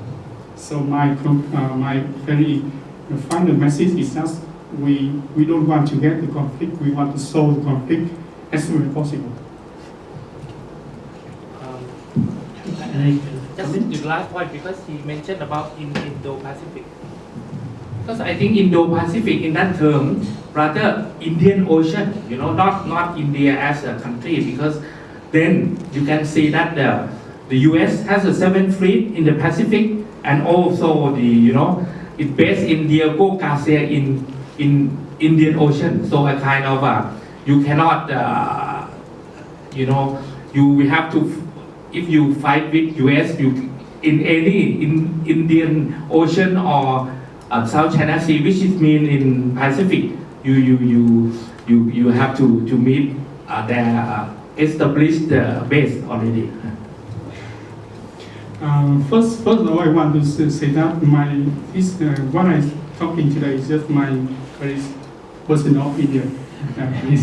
The second is that from my perspective, Mr. Trump said those phrases after he lived in China. And then he got very, how can I say, he got really very complicated discussion with the Chinese leader. So that's why the new term come in. But the second thing is that for the Indian Pacific, of course, we all know India is the biggest player. Is a representative of the ocean. We call it India. So for me, it's a very, very clear message. So I think it's very two main, interesting points from Myanmar and Vietnam. But I don't want to interrupt, but I want to change the tone to be like a softer. You already showed me about the ASEAN's competition in soccer, right? AFC. And right now, when we talk about we, it's not only we represent Vietnam. You mentioned about the football player that we also, buy from Myanmar, from Cambodia, and play for Thailand's teams. So how about your opinion? Because right now it's very interesting to mention about the sports competition, like entertainment sector, music, and social networks. You mentioned about digital technology that if China also they not control but manage the data very well. But can you share the opinion about this thing that we discussed last night? And I think that I also want to pass this to Mr. Chiyapat about the power of the Thai movie that's now increasing more interesting in CLMP. Please, I think you better want to talk about this. I think one by one. I think you first. Right. Actually, because now, that in my country now, everybody talking about the industry 401. We are very, very, very underdeveloped country, but we always talk about the best technology and dreaming about us. So it's a little bit confused. So there is one story I'm talking with Professor Nisis yesterday. It's about how I myself admire the way China protect what I call the citizen identity or the digital resources. That's how they prevent such company like Facebook or Google to come in the Chinese internet. Because now we have the very, very, very, very powerful thing we call the big data. So, and we estimated that for one day you use the computer or reset the internet, so the data is enough to generate the everything about your characteristic, your habit, your interest, and even we can forecast your future. It's from the text guide said to me, not my opinion. So because of that, so China can foresee what happened now. So they urge the citizen to use, let's say, Weibo or even the online, the kind of online commercial trade for Chinese people only. So by this way, they can protect the personal identity of Chinese people.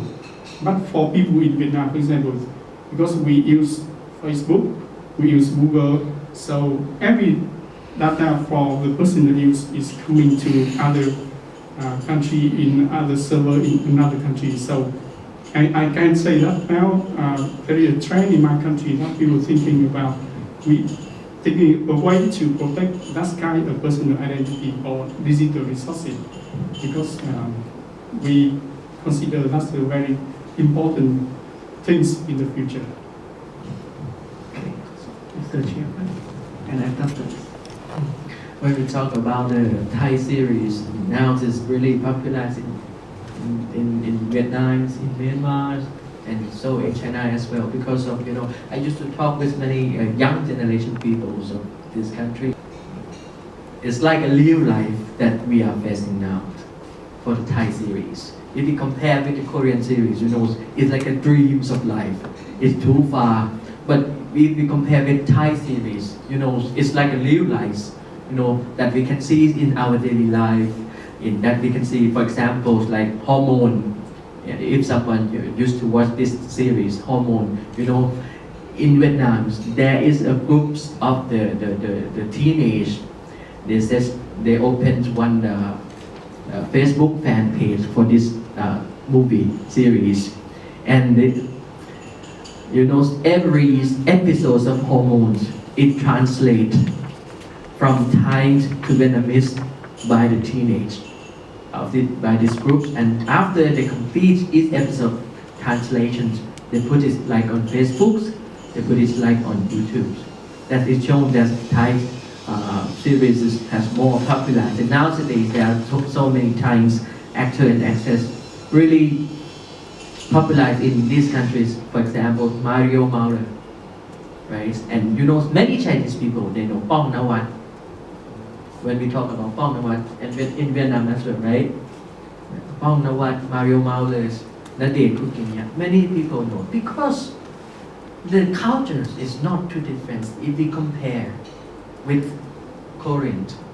Many people always told me that Korean is like, a dream of life. It's like a really noble, but it's really far to reach, and it's like, but from Thai series, especially the lifestyles of the new generations, right?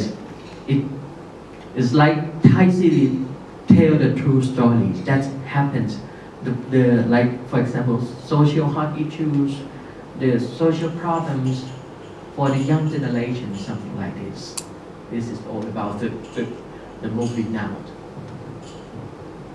Okay, so I think that really my question. I think I'll swing back to you and the next section, please. Our ASEAN nations of Europe, right? How about on the brighter side? Is there a way, based on your information experience, can we escape this dependency trap? We're always depending on other economic giants to show us the way, give us the system, build us the infrastructure, and we take in the money, but it never goes down to the little people. The little people are always suffering. They don't have complete education. There's always a struggle there. So, as an ASEAN nation, as a collective, is there a way to escape from this partnership, or can we take advantage of this Chinese partnership? Kenny? Interesting.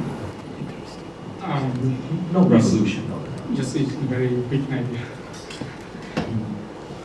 Actually, from my perspective, we ASEAN really have a very good things to do together, because we all know we are all the big population and we grow very fast in terms of economic.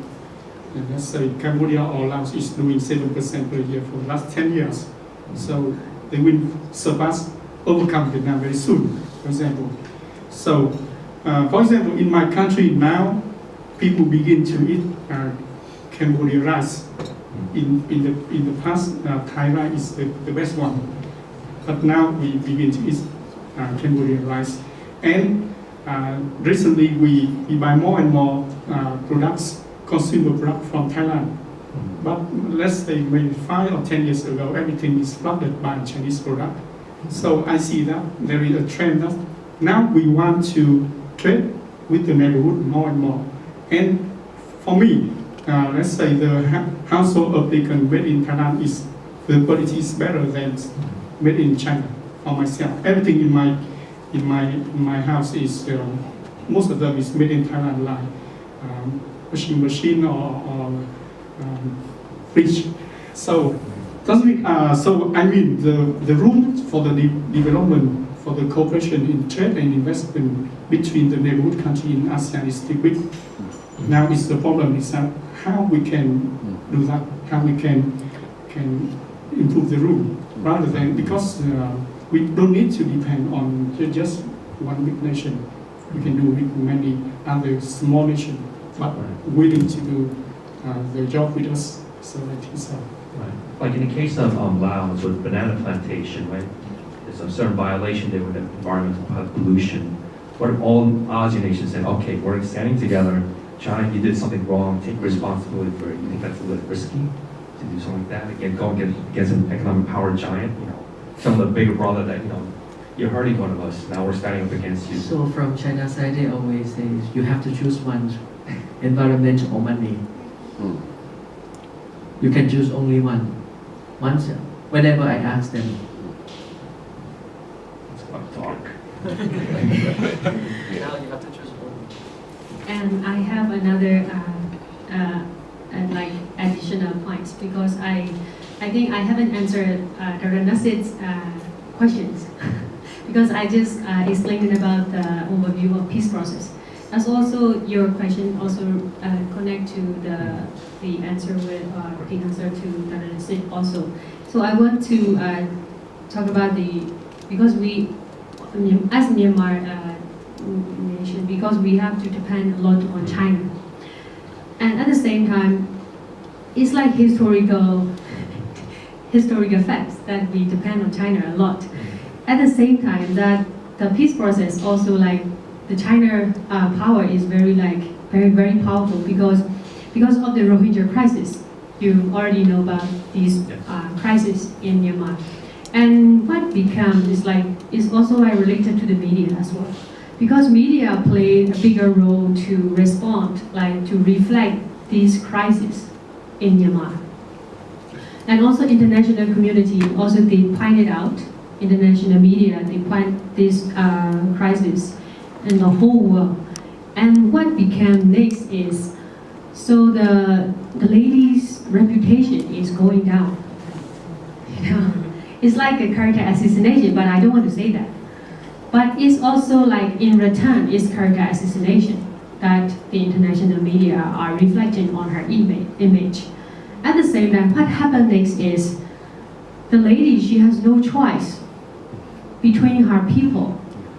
I mean, the Muslim community, they accuse her like she's a nationalist Buddhist, at the same time. But from her people, Buddhists, they just saying like, oh, she's a Muslim, membership, and she always protect Muslim community. So she has no choice to say anything. So she's silent. She zip her mouth. But at the same time, the international media is also like pointing out this crisis. So what happened next is China is helping Myanmar government. So that's why I just want to say we depended on China a lot, not on economically but also politically.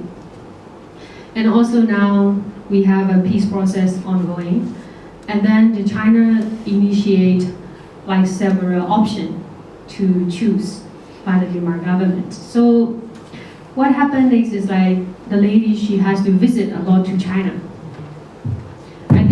see on the news. She visited a lot to China, and then she has a diplomatic relationship on peace process. At the same time, she had to accept that China is the mediator, but she didn't say any word about that. So these are like China power based on the Rohingya crisis, because the international community also blaming her government. And at the same time, the Chinese government always back up Myanmar government. Whatever is like since military era till the democratic government era. So it's like Chinese like standing like back up Myanmar alone. So I think from Myanmar side, Myanmar always dependent on China. So it's like you can avoid. So we also can avoid China power. So that's the answer also to Dr. Nasid. If I may add some comments on this, I think in my presentation I'm talking about the adaptations of local government and farmers from the Lao perspective. I believe we have similar things from Vietnam and Myanmar and other countries. But in the case of I like to add this. I think Chinese investor and trader are trying to adapting to ASEAN, to us as well, because it seems to me that China is a very big country. It's like a continent, so there are many levels of Chinese investor trader. Like Shaya said about the CP and MG. MG is the engine is come from UK, Morris Garage, joining with Shanghai. So they are big company. I think they're quite very polite compared to the local Chinese. And I observed that in northern part of Laos is a kind of small Lao Bao. It's very small trader. And it's the first time for them to get out from China and dealing with other foreigners. Like Shaya said, 80% of Chinese visiting Chiang Mai is first time for them to be out of China.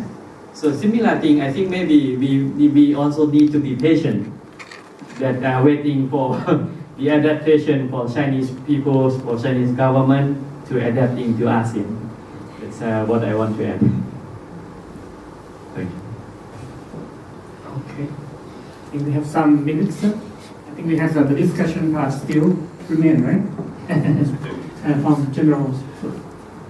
As a matter of fact, about the influence of China, we have just had a CSCAP meeting in Chiang Mai, just mid December, at the and I with Narut attended. But it's what I want to say, that our former foreign minister Kasik Pirom has bluntly said, that we need to contain China, because China is not a good model for government, especially when compared to Taiwan and South Korea, which has come a long way with democracy, And at this point, Dr. Sukit Bunwongkan, who is the CSCAP Thai, has a kind of to ask for the apology from the, there's an ambassador Ma, who was the Chinese head of delegation. But as you know, CSCAP is track 2, so we can talk anything, because it's a kind of academic, right? But it's I just also asked Ambassador Ma, because like China, they don't accept any, like the in the dispute with the Filipinos on the arbitrage last, I think 2016, I think, because it's just like they won't accept any rules, and that's I also asked whether like in the 90th anniversary of the PLA, during normally PLA was established the 1st August 1927, but they have a parade, very big, 12,000 troops march, and what Xi Jinping has said, that China not only have capability to fight, but also to win the war, especially from 2050. That's a kind of alarm because during Deng Xiaoping era, it always Deng Xiaoping always said Tao Guang Yang Hui. It means if you have any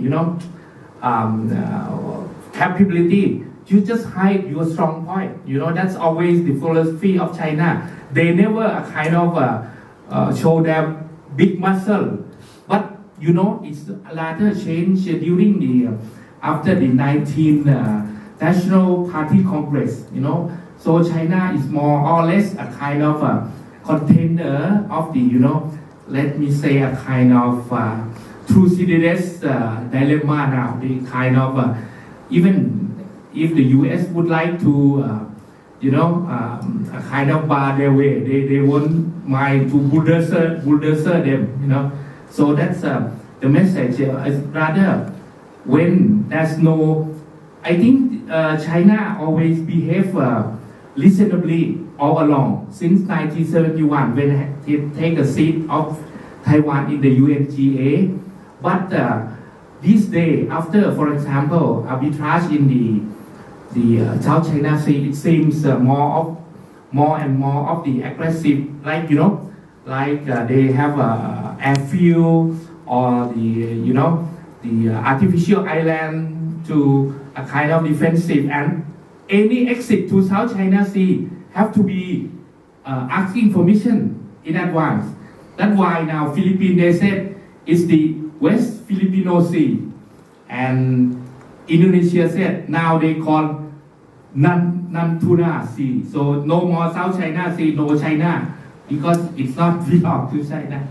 Okay, just this point to show that there's a reaction to a kind of big bully, a kind of, if you don't accept the rules. That's why I just asked, our colleague when the code of conduct on South China Sea will be signed by ASEAN and China. Thank you. I have a comment and one question for the Myanmar. When you say that Myanmar cannot avoid Chinese influence, I agree with that. But I would like to point out in another perspective at least Myanmar was probably the only country in mainland Southeast Asia that dared to say no to some certain project. For example, Miso Dam still suspend, right? Why, if you look at other countries, there's no country that because you have very strong civil society. So I think it's not hopeless. You still have hope. And another, I can see something that lately I heard that Myanmar has joined the EITI, the Extractive Industry Transparency Initiative, which look at Thailand as an example. We still haven't joined this movement yet. So I think, yes, of course, Burma cannot avoid the influence of China, but you have something that, if you compare with other countries, you have hope, but ours is hopeless. Okay. Another question was that when you say China has influenced a lot in the peace process of Myanmar, I quite agree with that. But if we look at the peace process, I think that it's quite complicated.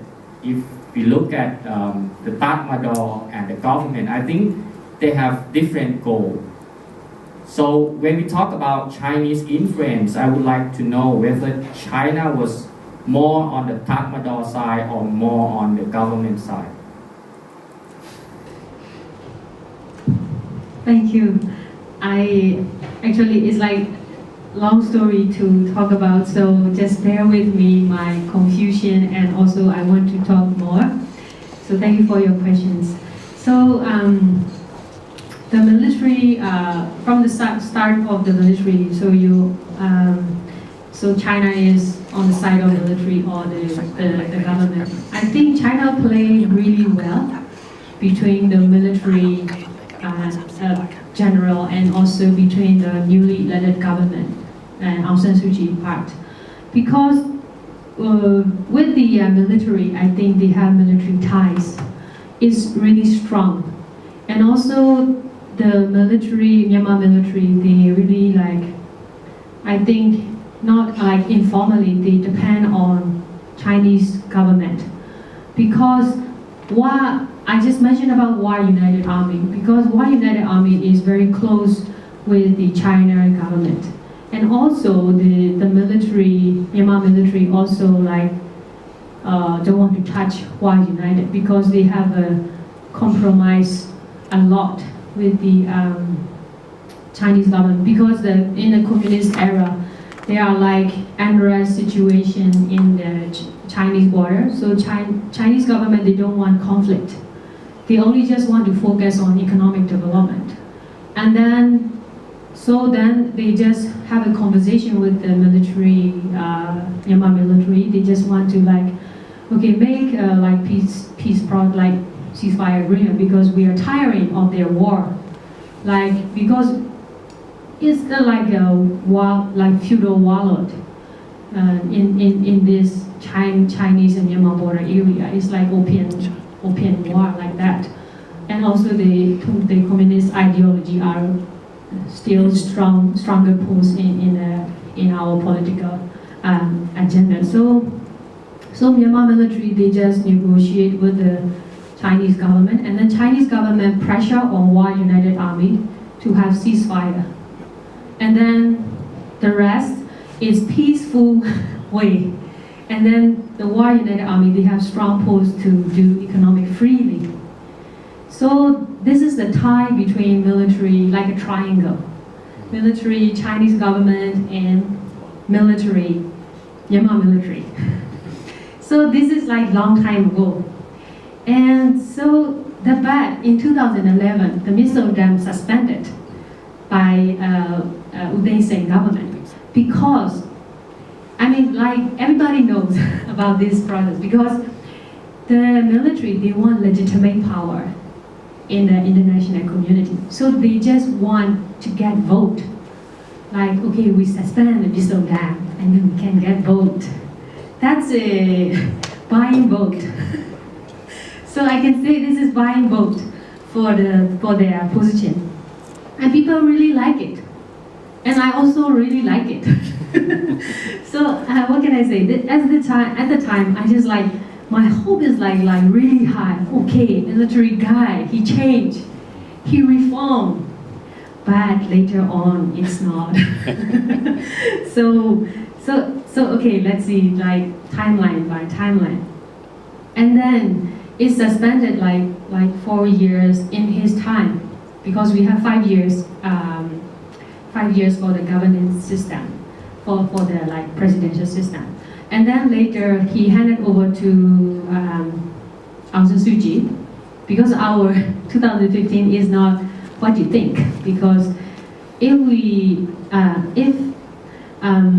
the military didn't hand over power to the newly elected government, there's no transition.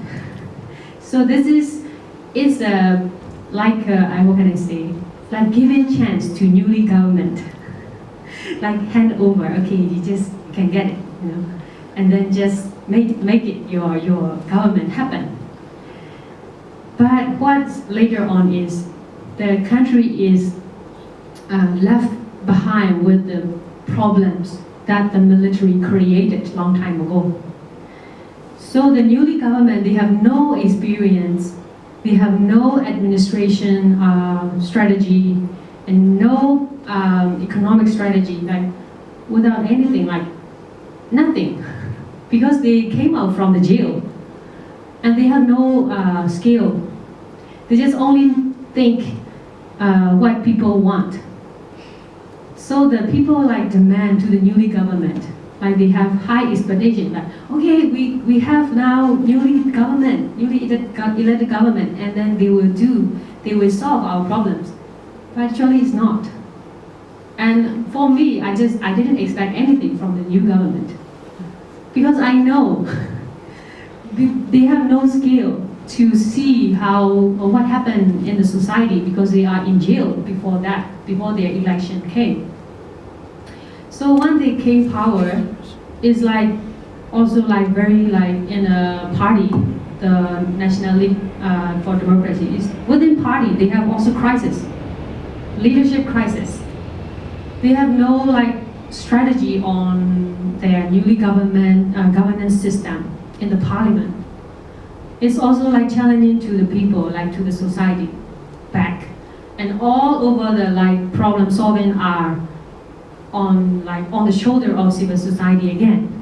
So the civil society like came up again and then solved the problem within the society. So that's why the civil society are very stronghold posts in Myanmar community. But the newly elected government, they also have a pride, like a proud, yeah, we win election. Actually, they get vote from the people. Actually, it's like they don't. Finally, when they like hold power, they don't care about the people in return. And then what happened in the community is it's like, what can I say, incarnation of the dictatorship. So it's kind of like tiring. But for the Chinese government side, I think they always stand. Whatever military or whatever newly elected government, they always stand for us. But it's really hard to see what how the Chinese government has a strategy on military and also with the newly government. The only thing is our I say like lady government, she has like really strong hold on diplomacy with China, and also she needs help from China backup because she has like her power is not now going down, and but from the Chinese side, they also like pushing the Myanmar military because they have military ties, and also like making like, okay, I will negotiate with the ethnic militia groups and you will do your job like that, so they can like directly negotiate with the Myanmar military. So Chinese government has that's why I just saying like Chinese government has a major role to play both sides, so they can negotiate every single problem. From China, I used to hear from some Chinese diplomats about the relationship between China and they set how to deal with Myanmar. Nowadays, it's like they have such 6 layers of the relations with Myanmar. 6 layer, right? The government to the government, that's right. And the second is military to military. Every year in the military academy in China, they provide like a 30 to 40 seats for the military students from Myanmar to go to study, right? And the third one is the Communist Party to every parties in Myanmar. They really need to connect to every parties, and also Chinese government. And the fourth one is Chinese government to the minority group, each minority groups. And the fifth one is they also use the religious to connect to the Burmese people. And the sixth, people to people. Now they try to promote some of the CSR projects, and they try to announce that they already have done it. Or pipeline projects. They have some projects like education service, healthcare service to make the looking of Chinese get better that they hope. No, I don't think that for the time provided to me not should be ended at 16:30 because many asked me what I would like to say. First, I would like to really thanks Yang, really thanks to the Center for ASEAN Studies, Chiang University. Really congratulate this success.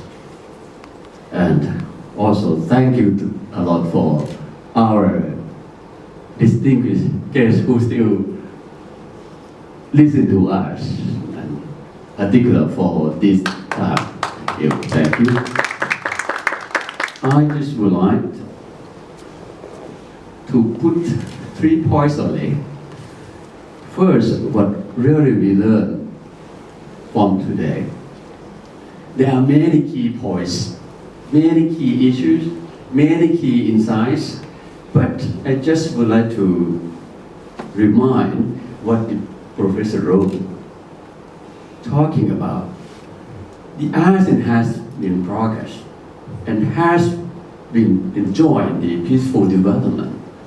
But how could we push, how could we give the economic growth to grassroots?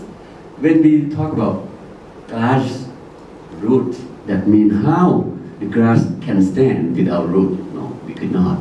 So the most important thing is the root of the grass. What really, in many communities is different, but at least I can say that all the people on the ground is very important.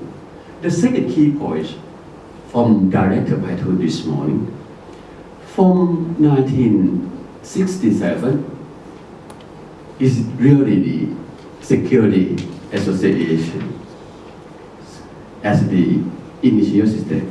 But now, it has already been the Prosperity Community, that's in Ireland. But he left 3 points that we should work further. That is greater economic growth from the middle class. He talked about what should be supported by technology to this kind of thing. And the third point is very important. How could we educate the youth forward for being the human capital of the ASEAN? When we talk the human capital, it's not only invest them in school, but also the experience, to share experience in the region. Those are the 2 key points that I think very important from our speaker in the initial state. However, we have knowledge and ideas that we can apply to the country, our country. Thank you a lot for the banana plantation case study. I think that is one of the common regional issues that we learn from each other. We learn from this with many of ideas from our speaker talk about what really the next government should do. What if the government staff responsibility should be? How could we realize and how could we establish the good governance to our countries? When I talk about good governance, at least we should think already what really the principle of good governance. We learn that. But if we talk about the corporate governance, if we talk about the CSR, if we talk about the social development, if we talk about the social enterprise, that's all the things that we grasp together. But these should be worked through the academic promotion, and also this should be informed again and again by listening to the people's voice. That's very important knowledge and ideas that I think we should apply from this, because our speaker have already mentioned. Last but not least, what really the information and knowledge and ideas challenge the leadership of the think tank from the ASEAN right now. I think the form of the Chinese investment from our Myanmar researcher about the trade pattern with China or Chinese pretending. How could we seek the positive side of the bad if we can see? In many things, we could see the negative side of the good, but it would be better if we try to seek the positive side of the bad. And in this case, I would like to admire our all speakers. We're talking a lot, how could we engage with China? I think I may use the word from Dr. Nuramit that he talked about China is really the great power.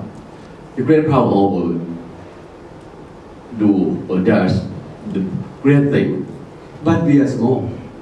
Every country, if we look at ourselves, we are quite small, and we do the things quite slow.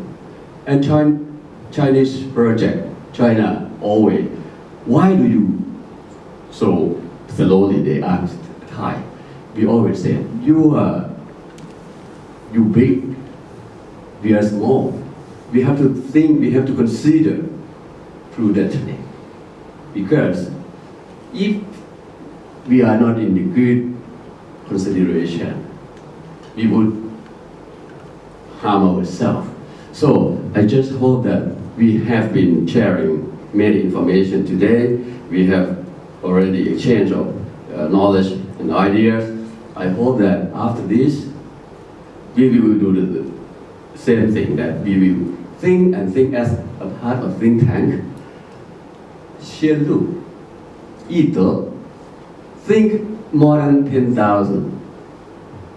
Be success one, that's enough. Better than never think. So that is the think tank should do. I think we learned a lot from this day. Thank you, Professor Nisit, again, inviting me here. And I think I'm not really come here the first time. I have been many times in Chiang Mai, but it's my first time in the think tank.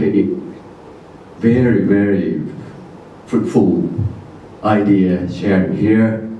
And even I'm the military, I have been working in the academic field more than 24 years.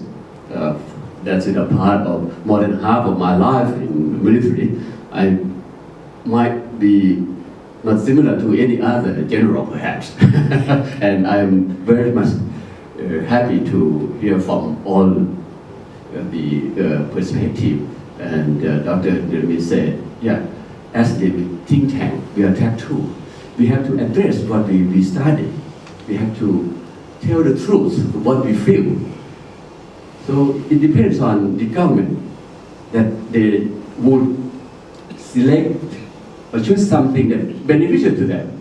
By the way, we are happy to share our truth because we hope to have trust from any other countries, from any other sectors. Thank you again. Thank you all the things that we have shared together. Thank you so much.